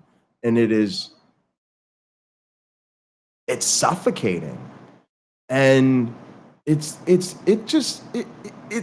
literally ruined the people I love. Like it's made people that would just otherwise be like total model human beings and just turn them into insufferable liars. And it's just nice to have this channel and this community and this space where I can like vent that. But literally, special pleading 101, it's literally this unshakable feeling that like none of you can be honest about this. Horrible representative of everything you profess, and yet you are so common. Maybe are there no good representatives? Every religion, every belief that includes an omniscient, transcendent being belittles everything about reality. Everything becomes trivial. This 80 to 100 years that you spend on the planet becomes meaningless in comparison to an eternity afterwards. Every beautiful flower becomes far less beautiful because of what could have been from an omnipotent creator that's going to do this. Every decision you make in your life, every action you take, every joyful feeling you have is trivialized by a notion that you are the puppet or the plaything or the loving or the beloved creation of some benign dictator who wants nothing more than for you to love him back and make sure you don't sleep with the wrong person. It boggles the mind for you to come on here. I mean, I realize you're sincere, but even when I was at my most devout belief, I didn't get up in the morning and say, well, the only reason I can get through today is because Jesus loves me. I had no doubt that Jesus loved me, but that's not what got me through the day. So how is that remotely? All right, I got to get my commentary. So These are great clips. I'm really glad we're doing this. And I didn't. This is like one of those things. I know my favorite thing is to watch stuff with you guys I haven't seen before, so I haven't seen this. So another thing that really frustrates me about the believers in my life and just believers in general is the shallowness of it all. The fact that I don't know, we call it I think we say deepity maybe sometimes, but we should say the shallowity or something, right? Because it's this idea of looking at the flower and just going, oh, look at the beauty like God created, and oh, isn't it just wonderful? Oh, look at the stars, God. But like, you don't care about those things. Those things don't actually impress you enough to be motivating to actually study them. And I know this is going to come off as like, it doesn't sound great coming from an academic, because I do study, and I'm not trying to say you need to have a PhD in things. I'm not trying to be a snob about degrees. I honestly couldn't give a fuck about your degrees. Most of the things I'm interested in life, I don't have a fucking degree in. Surprise, right? But most of the things I have an interest in, I study to some extent. My actual interest in that thing prevents it from being otherwise. If YouTube puts a bunch of fucking drummers on my feed, I'm gonna be like, yo, I'm a drummer. Yo, that's a great drummer. Let me see what the fuck he's doing. Maybe I can learn something. Oh shit, did this great drummer just put an exercise on there? Awesome. Oh, some dope history lessons about the history of a drum style? I'm in. Why? Because I fucking love drums. That's why there's a drum set sitting next to me, right? But I study pinochle because I love playing pinochle. I'm a nerd about most of the things I'm really into. And what pisses me off is religious people pretend to be so blown away by everything, so passionately, but they never study shit. They don't know anything. They're literally gonna, they literally are like, oh, I have my doubts about what scientists say about this. What fucking science have you studied ever once, one time a day in your life? It's incredibly frustrating because I know people who do dedicate their lives to things, and it's incredibly impressive. It is impressive to see people who are plant people who dedicate their lives to studying plants, who can literally take a fucking scoop of soil and give you a rundown of a whole fucking ecosystem and all the fucking interactions that are going on and the evolutionary history of all the fucking organisms.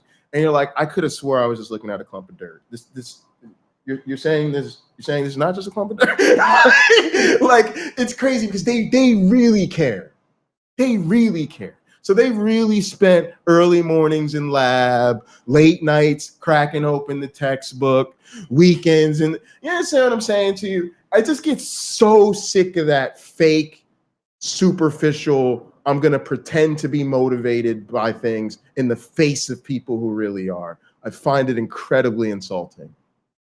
That's why I don't pretend to be in the shit I'm not, right? As I tell y'all, I'm not a philosophy bro. How did I learn that? I thought I knew a little bit about philosophy, thought it was interesting, got in this community, learned a lot about philosophy, but then I just keep watching somebody, I'd be like, God, man, I'm not that into philosophy. I'm not, because I know I'm not, because I see the people who are, and like, just how much they've gone into it and studied it, and it's amazing. It's like, yo, y'all do your thing, man. Like, I appreciate that.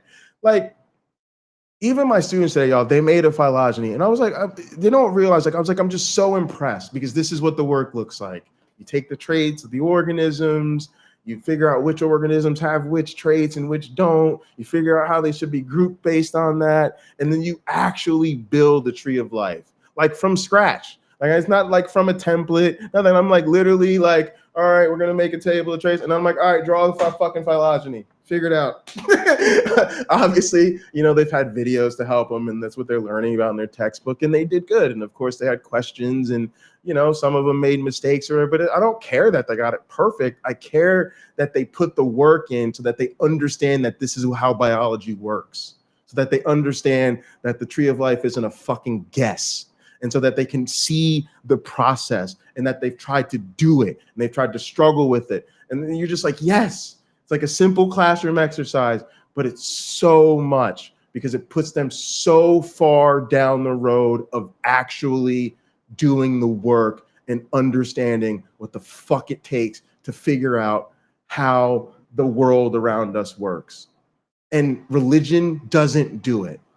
And I'm really sick of fucking letting them pretend. A pathway to understanding or truth. You're just hell bent on denying the truth. You just don't want to accept it. Well, no, you're not giving us any reason. I accept all kinds to of believe things. that what you're saying is true. I accept all kinds of things are true. By your own definition, Chris, you're basically saying you're not going to provide reasons, you're not going to provide evidence, that you just simply are saying that you know it's true and we should believe you. We're rejecting it. You say we're unreasonable rejecting it, and yet you give us nothing to accept it on. But every person, if you look in the Bible is the main thing in Christianity, right? So every person they didn't have an evidence for God. It's based on their personal experience. Personal experience. Every bit of evidence you've ever attained is through personal experience. Every single bit of evidence you've ever attained is through personal experience. Yes, and also looking at the world, the design, everything. Okay, so, but you just said that it's not about so personal much experience, in. and then you acknowledge that it is. What? She was not ready. You know. Sometimes Matt's just playing with his food, and sometimes you could just tell this person is not really up for Matt Dillon today. But to be honest with you, those are some of the calls I like the most. I don't like when they get that way. Sometimes you just gotta deal with it and let it go. But yeah, I do like to hear people interact with sincere believers who are like not ready in the good sense, and like the sense that, like I said, they're not schooled in apologetics. They're just kind of identifying, and then maybe this is their first time really trying to think through these things and have this conversation. That's always actually exciting for me. Yeah, he tripped her up. No, that's not true. No. Yeah, the arguments from design, they're terrible. They're old. They've been debunked. Listen, also, I gotta say a couple things.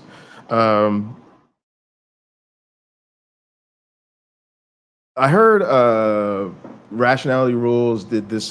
He did this debate on. He did a debate with that, like a woman, and then like he did it on his channel again or whatever. But anyway, in that conversation, he's debating a Christian, and she talks about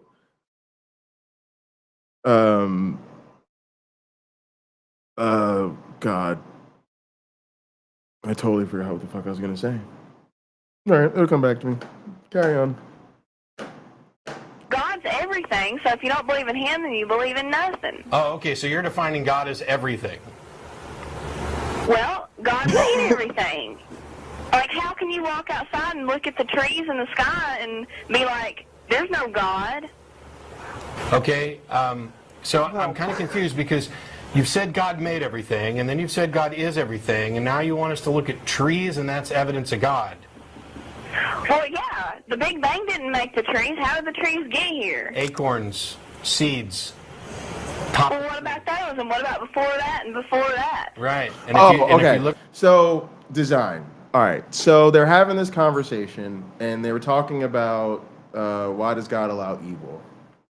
And they were talking about. So she starts talking about natural evils like cancer and viruses and da da da da da. And what she basically says is that these are life-giving processes. Like we wouldn't have life as we know it without viruses, and cancer is really just this life-giving process of, cell replication run amok. And so there are these life-giving processes that sometimes go wrong, and then we have these which you would agree are natural evils. How does that make sense if life was designed by a perfect, all-loving, and all-powerful God. How? But see, that like that's and I'm saying like that's the bullshit.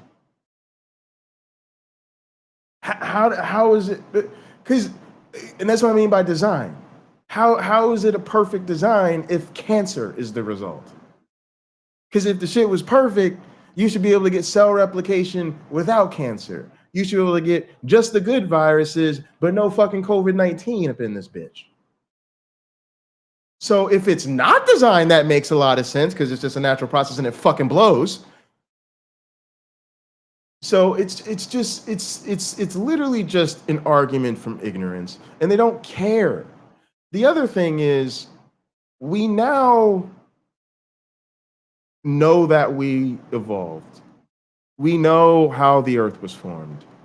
We know basically pretty much the history of our universe, like after the very, very beginning, right?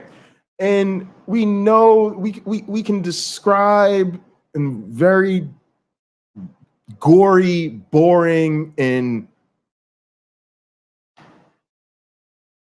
this is what an intro biology textbook looks like detail, right? This is just semester 1, right? This is Gen Bio 1. You also then have to do Gen Bio 2. You then have to do genetics, okay? And that's before you even get to any, that's just the base. This is before we even let you take any upper division stuff. A lot of details. So we know that these are natural processes. It's now gaslighting to pretend that they have some other explanation.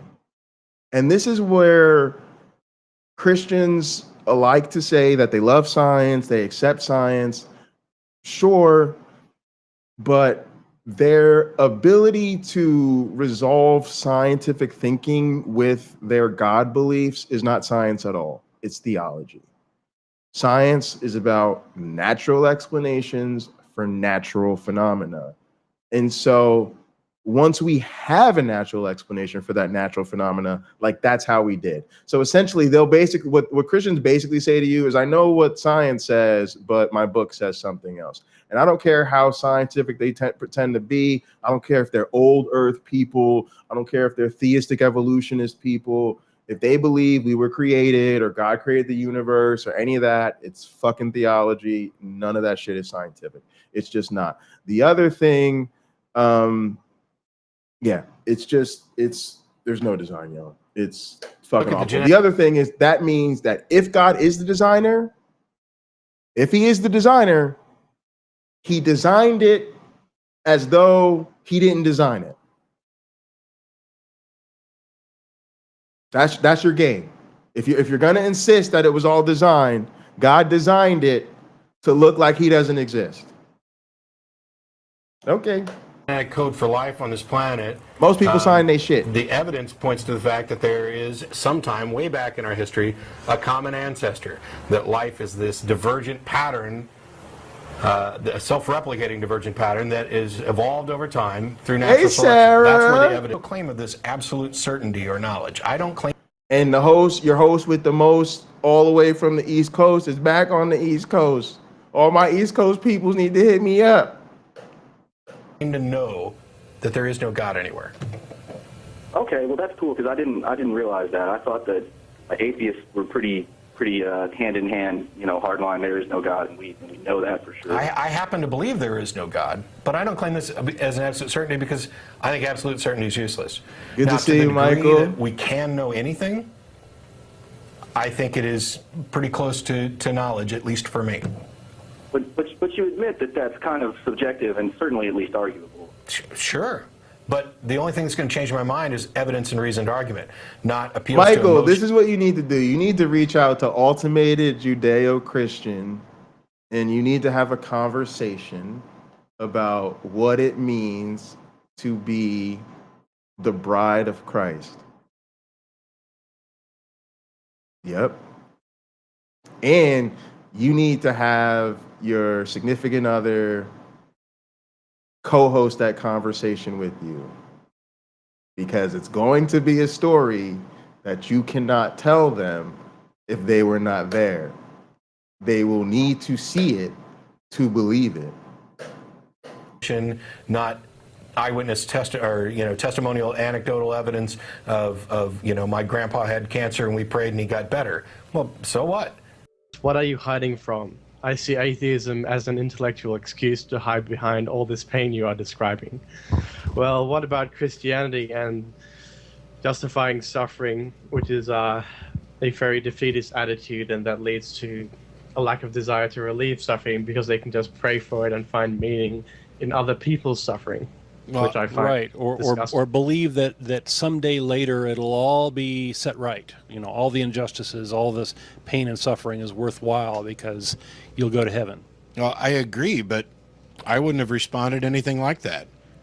I would have responded with, you condescending, ignorant prick. How dare you presume to dismiss something that I have, a belief that I have come to for rational reasons, which I am prepared to defend, which I am active and eagerly willing to discuss. How dare you dismiss it as me hiding behind something when you've presented nothing that comes anywhere near establishing that?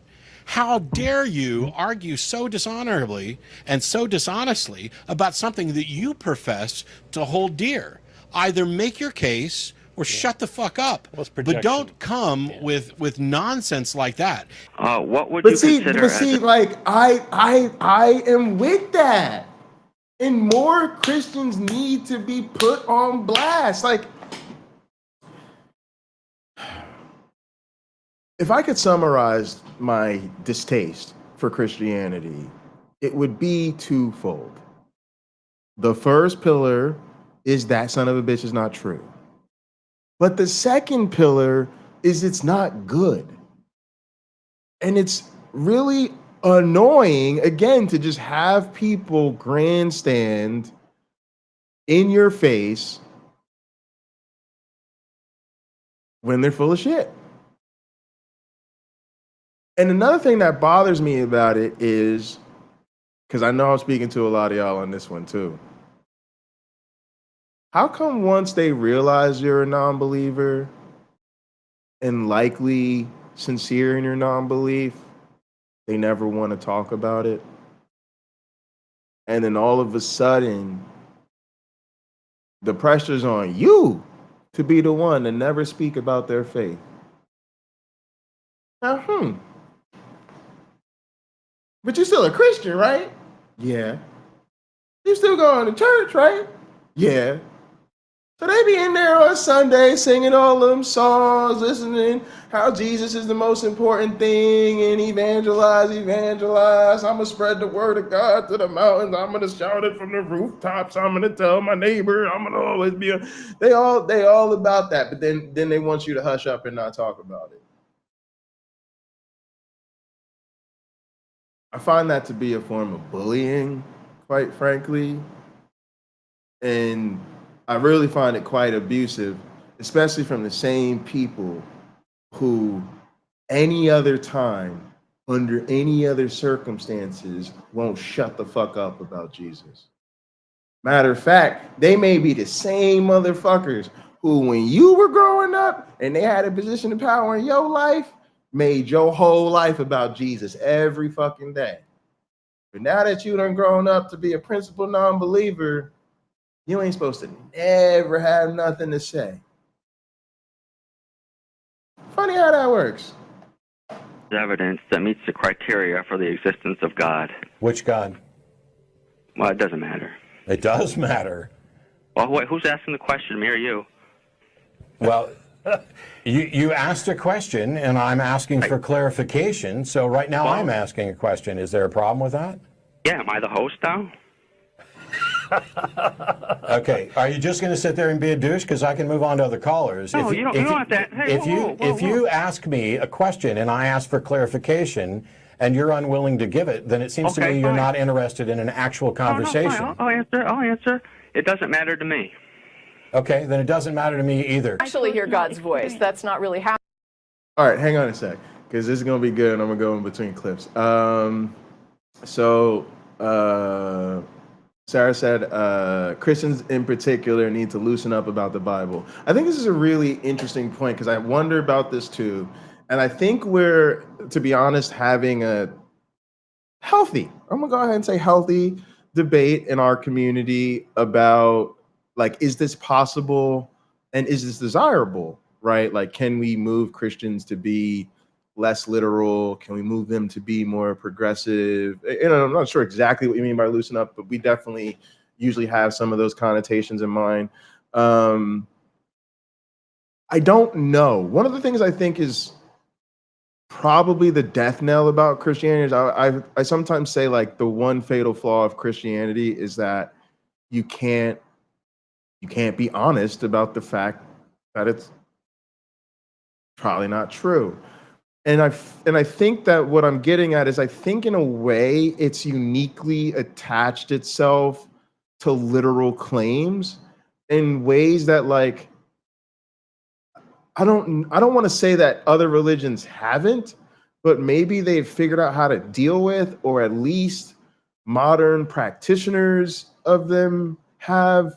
Because I know Jewish people who are atheists, right? They're like, you know, they consider like their heritage or whatever, but they're actually atheists. I know a lot of people who consider themselves Hindu or a lot of different things, and I'm not saying those religions and faith traditions aren't without their problems, but I know that there are people who have a very non-literal interpretation of them and still find an appreciation for what they bring to their life.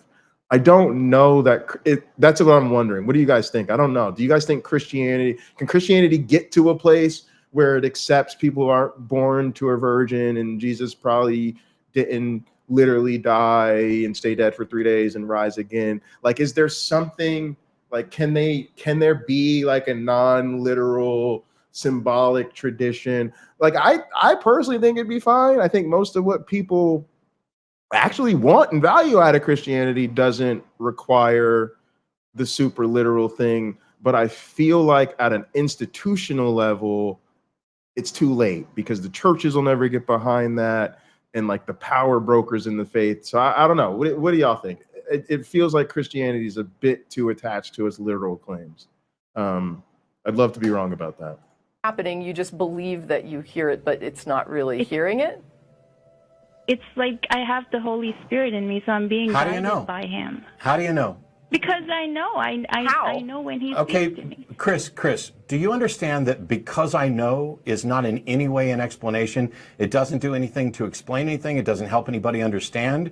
I could say you're wrong. I could say, Chris, the Bible is full of personal testimonies. I don't. Well, so is alien abduction. I am full of personal testimonies, and I could sit here and say that I know that you're wrong. And when you ask, how do I know that? I can just say, I know. And we get nowhere.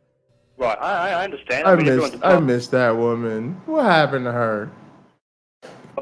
I need her to come back. Okay. Anybody know how to get in touch with Tracy Harris? I'd love to have her on. Oh, Michael Beverly is an atheist Jew. Awesome. Some of my closest friends in college were.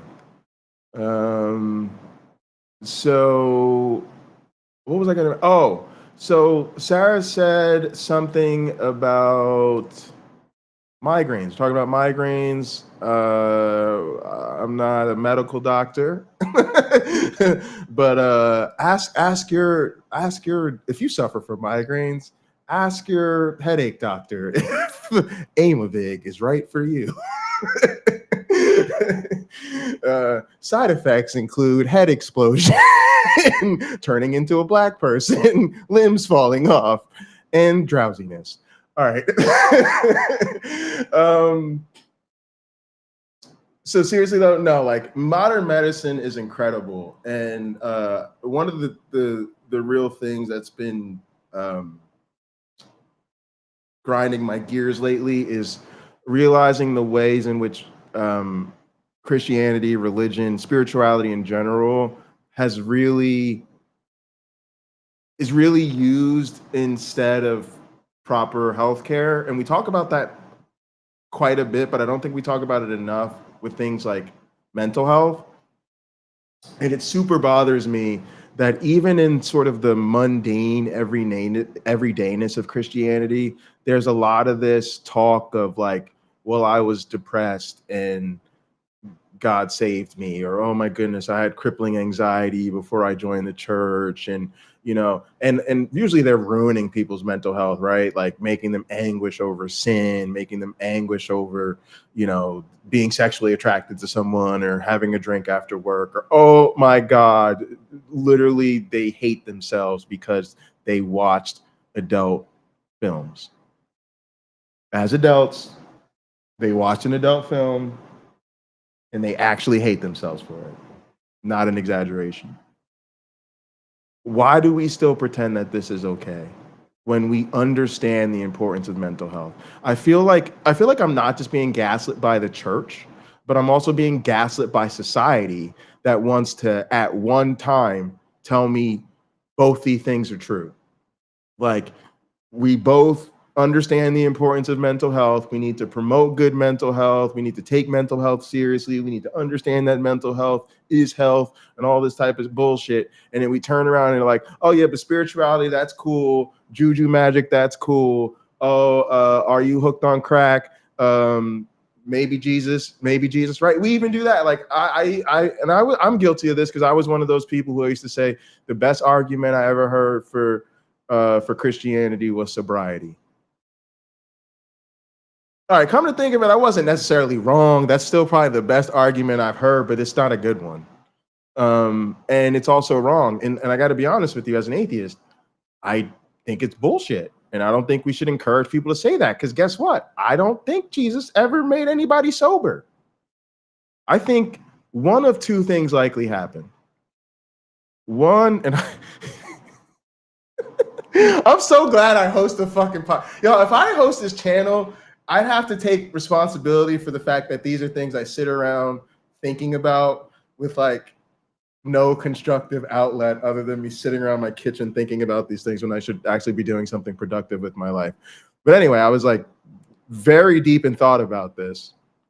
And I decided that like one of two things normally happen. So the first is they move from perfectly normal behavior to perfectly normal behavior and act like Jesus performed a miraculous intervention.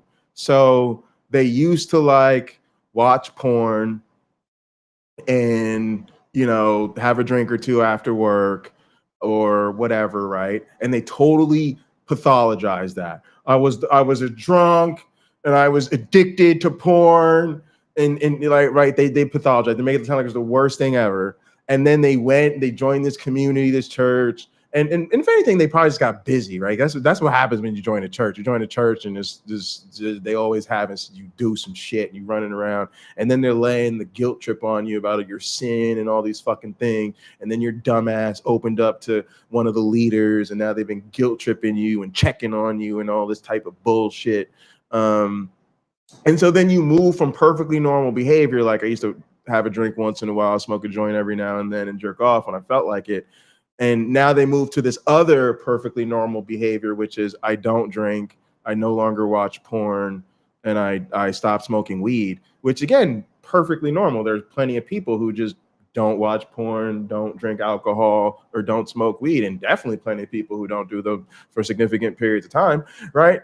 And so, and that's the miraculous thing. That's the Jesus saved them. Literally from perfectly normal, acceptable behavior to perfectly normal, acceptable behavior and acting like there was a miracle in between. Or they had a serious fucking problem, like an actual real drug problem or an actual real addiction or an actual real issue. And you know what coincided with them joining this fucking church? Them getting fucking help. Them going to the fucking meetings, them seeking fucking counseling, the church helping them get a fucking job, all this other shit. Maybe they found a fucking girlfriend or a significant, I say girlfriend because that's my, whatever, person, an SO or whatever. There's lots of things. So I literally never think ever, Jesus has never saved one person from an early grave. Never, not never. And I used to like be willing to give credence to that. I don't know why I ever did, and I never will again. literally, I would tell somebody, I'm glad you're sober. I'm glad you believe that, but I don't think that's true. And so this is not healthcare. It's not mental health. If someone is really struggling with an addiction, like it's actually interfering in their lives, we now have actual professionals who can give them actual treatment, up to, and yes, sometimes including inpatient, outpatient, telehealth, counseling, and yes, sometimes medication. But we have real solutions, and we keep acting like it's cute to pretend spirituality is the way to deal with your mental health.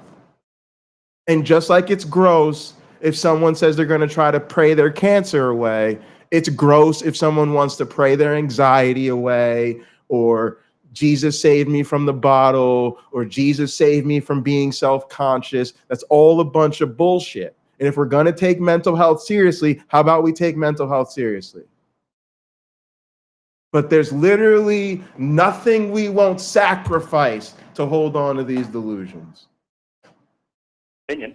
One thing I will say is, but look at America, look at the history, look at the history of the world, look at the diversity of Christianity around the world, all the different countries that honor Christianity. I need treatment for my carb addiction. For a lot of people, you know? Sure. It does. Yes. How did a perfect God create me with a fucking sweet tooth that will literally put my ass in the grave?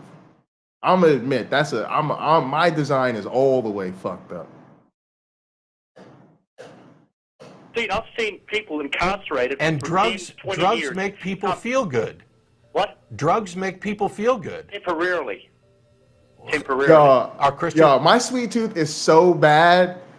At the grocery store, you would think I have kids. You just see all the candy, all the fucking fruit snacks. They'd be like, oh, you must have a lot of kids. Yeah, I do. Yeah, these fucking rascals. There's so many of these damn kids. I'll be leaving the store with bags and bags full of fucking sweets. Oh, there's no children here, y'all. There's no children here, y'all. It's just me. Just me in the early grade. Is happy all the time? Well, it's human nature. We It's have a temporary. good days, You but can't- more you can't- long-term than drugs because it doesn't harm the body. Not if you're taking drugs all the time. You can forfeit. You can forfeit. Go ahead. Forfeit what? You don't have to answer my question. Yeah, if I don't answer your question, how exactly is that a forfeit? Well, why don't you answer my question? Does it in some way prove God? I will answer your question. Are you ready? Go ahead. Yeah. Are you ready? Yeah. I want you to feel like you're really ready for this. I'm ready. I have no idea what would actually account as sufficient evidence for the existence. Awesome. I'm so glad you said that. You know why? Because if you don't know what evidence is, if you don't know what evidence is, you can't invalidate any claim. Oh my God! I'm so obnoxious. Can you let me finish? Sure. I have no idea what sort of evidence would be. How can you invalidate a claim? Okay, you're not going to let me fucking finish. I'm going to hang up on you. Will you let me? This is your last chance, I swear. Go ahead. I'll do you a favor here. I'll do you a favor, jackass. You're gone. I have no idea what would convince me that a God exists, partially because you didn't bother to define God or offer any explanation, and that would be required. But under a normative view of how people tend to use the term God, I have an understanding that I don't have the capacity to distinguish between an incredibly advanced technology and a God. Some technology that I don't understand that could potentially fool me. So I don't have the criteria by which I could say this is most probably a God. And by the way, that's true for all the rest of you. So while you sit there all smugly thinking that you have the criteria by which you can judge a God, really what you're doing is arrogantly putting yourself in the position of a God. What happened to Saul on the road to Damascus? He had an encounter with God. How do you know that? That's what the Bible says. How do you know that it's true? Because Bible was inspired by God. How do you know the Bible was inspired by God? Why because of my personal experience with God, I know. Whoa, the Bible doesn't even say it's inspired by God, so why are you saying it? He leads me to scriptures from the Bible. There's a lot of truth in the Bible. How do you know that he's leading you through the scriptures? Because God speaks to me in my through the Holy Spirit.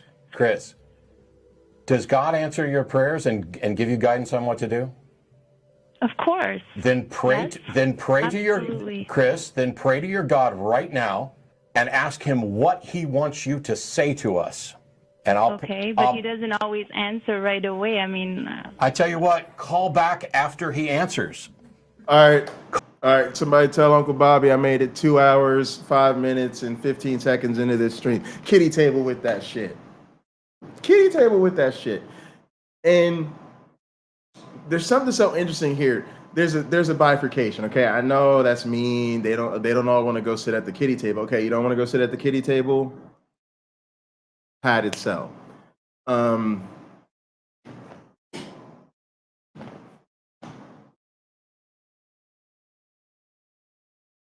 I find it so fascinating that so many of the apologists love to get all buttoned up, talk about all their degrees, talk about all their scholarship, all of their rational arguments, all of their evidence, and they only do that shit when they're on here trying to debate with us. What are they really trying to do, y'all? At the end of the day, they're trying to sell Christianity. And they're doing all of this because they're desperate to hang on to that Christian identity. Why is that? It's because when they're in those rooms, especially around their friends, their family, especially their believing fellow churchgoers and all this bullshit, they want to be part of that club. Well, guess what, Jack?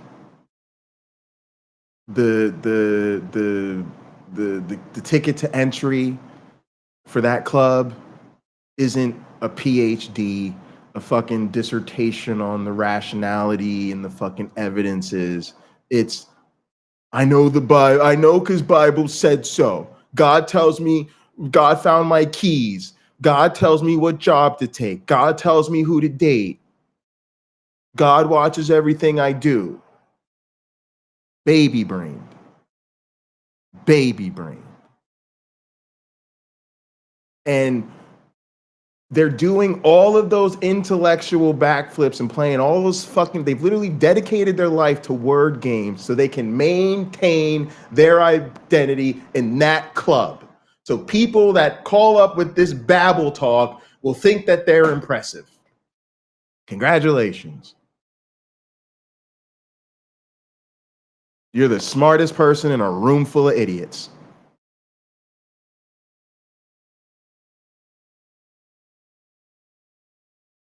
This is foolishness. And it would be great if we stopped playing around with this foolishness. And fuck all that noise about what would convince you? What if God, you know, I love Uncle Bob. He's always like, what if God perfectly wrote your name in the sky and he said, it is me, Jason, just here for you. Bitch, did it happen? No, kitty table with that shit. But no, seriously, my thing is, I'm not asking for that. I'm asking you to give me one good reason. Fuck all that, what God got to do to prove him. Fuck all of that. You said you're a Christian. You told me God exists. I want to know what convinced you. You worried about what convinced me? I've not heard a single good reason from not there one of you. So the real question is, why the fuck are you so damn convinced? Why are you so convinced, but you cannot share a single convincing reason with the rest of the room? That's the question. Fuck all that, what miracle God ain't got to do no miracles for me. The motherfuckers, Jesus is in their heart and in their relationship and in their words, and Jesus is inspiring them, and Jesus, all they have to do is give me one good reason. That's all I'm asking. Call me back as soon as God tells you what he wants you to say, because I guarantee you he hasn't wanted, if he exists, he hasn't wanted you to say any of the things you've said so far. How do you know that? Because you don't sound very convincing, and it's rough listening to you. I know because I know, and if that's a good enough answer. Yo, when you get cooked by the nice one, when the good cops just slide, they just slide it in there. Oh, it's brutal. For you to believe God, then clearly it should be a good enough answer for you to believe me. Do you think, now, do you agree with, I guess, Solomon's position or whatever, that life is meaningless without God? Hey, Victoria. Okay. That's what I'm saying I disagree with. I understand people hold that position, and I'm saying that it's absolutely wrong. Okay, look at the MLK Day today. Martin Luther King. Hang on, because, and I can tell you this because I have a life. My life has meaning and purpose. I have the same experiences as everybody else, and so do many of the other people anybody. I mean, my life isn't fundamentally different from anybody else's just because I don't happen to believe in. Did the screener already tell you my question? What? It says here the Catholic Church is a the force for good in the screener. world. Yes, I imagine you disagree with that position? Absolutely. Yeah, absolutely. Okay. Oh, well. Perhaps this would work better first if you presented your reasoning. Examples? Yeah, so, yes. Examples of why you think the world will be better without the Catholic Church. Wow. AIDS in Africa. AIDS in Africa, Inquisition, the idea that there are special people who need to relate God's message to you, creating a kind of an incredibly unequal society, indulgences, opposing contraception pretty much everywhere. Which is your AIDS in Africa, yeah. Okay. Yeah. The extreme, how did I not go to this first? The extremely illegal actions that make them a corrupt criminal organization of moving pedophiles around from church to church over a colossal amount of time in order to save their image and allow these predators to keep raping children. How's that for not a force for good in the world? Oof. Yeah, there's that. That's a very classic debate. The old Hitchens, is the Catholic Church a force for good in the world? That was a great debate. But yeah, this is a thing, you know, that's been the case with so many churches, and it's, you know, it's unfortunate, but I'm, you know, I don't think anything's going to change until they're ready to have that conversation, and they're definitely not. Definitely not. Oh man, look, y'all, this was a fun stream. I love that debate. If you're just tuning in, go back hopefully and watch the debate over the Confederate battle flag that we started the stream with. That was super fun. And then yeah, I think old school Matt Dillahunty is great. That was a really fun trip down memory lane. Like I said, I didn't really get to watch Matt way back in the day, so it's good kind of to see him do his thing, and I really like appreciate that boldness. See, like I think that's part of my thing is when people say like somebody like him or Aaron Ra that like they're too mean or whatever. I just hear somebody being honest. Yes, of course, they're TV show hosts. They know how to go in. I've definitely seen them have antagonistic interactions. But a lot of times I really just appreciate the candor, and I feel like, I don't know, I think more of us just need to have the courage of our convictions. We just need to be honest with those people. And sometimes that's what it looks like. The other thing that gets me is, like I say, is like it's a cult, right? And so that's what they use. They use the friendliness, they use the community stuff, they use the hope, meaning, and purpose.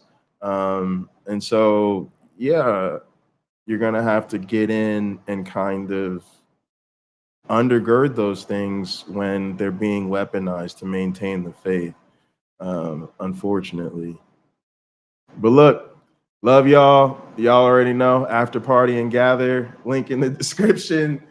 Join the Discord if you haven't. Thanks so much for tuning in. Look, y'all, hit the like button on your way out. I really appreciate it. Sub to the channel if you haven't already. Hit me up. It's good to see a lot of streamers in here. Definitely gonna try to be doing more collaborations as I get the new space set up and kind of get back into things. So yeah, keep an eye out. And of course, we'll be here Sunday afternoon with my one black friend for hot programming. For hot program. Listen to me, I'm tired, y'all. Time to go eat dinner. Love y'all.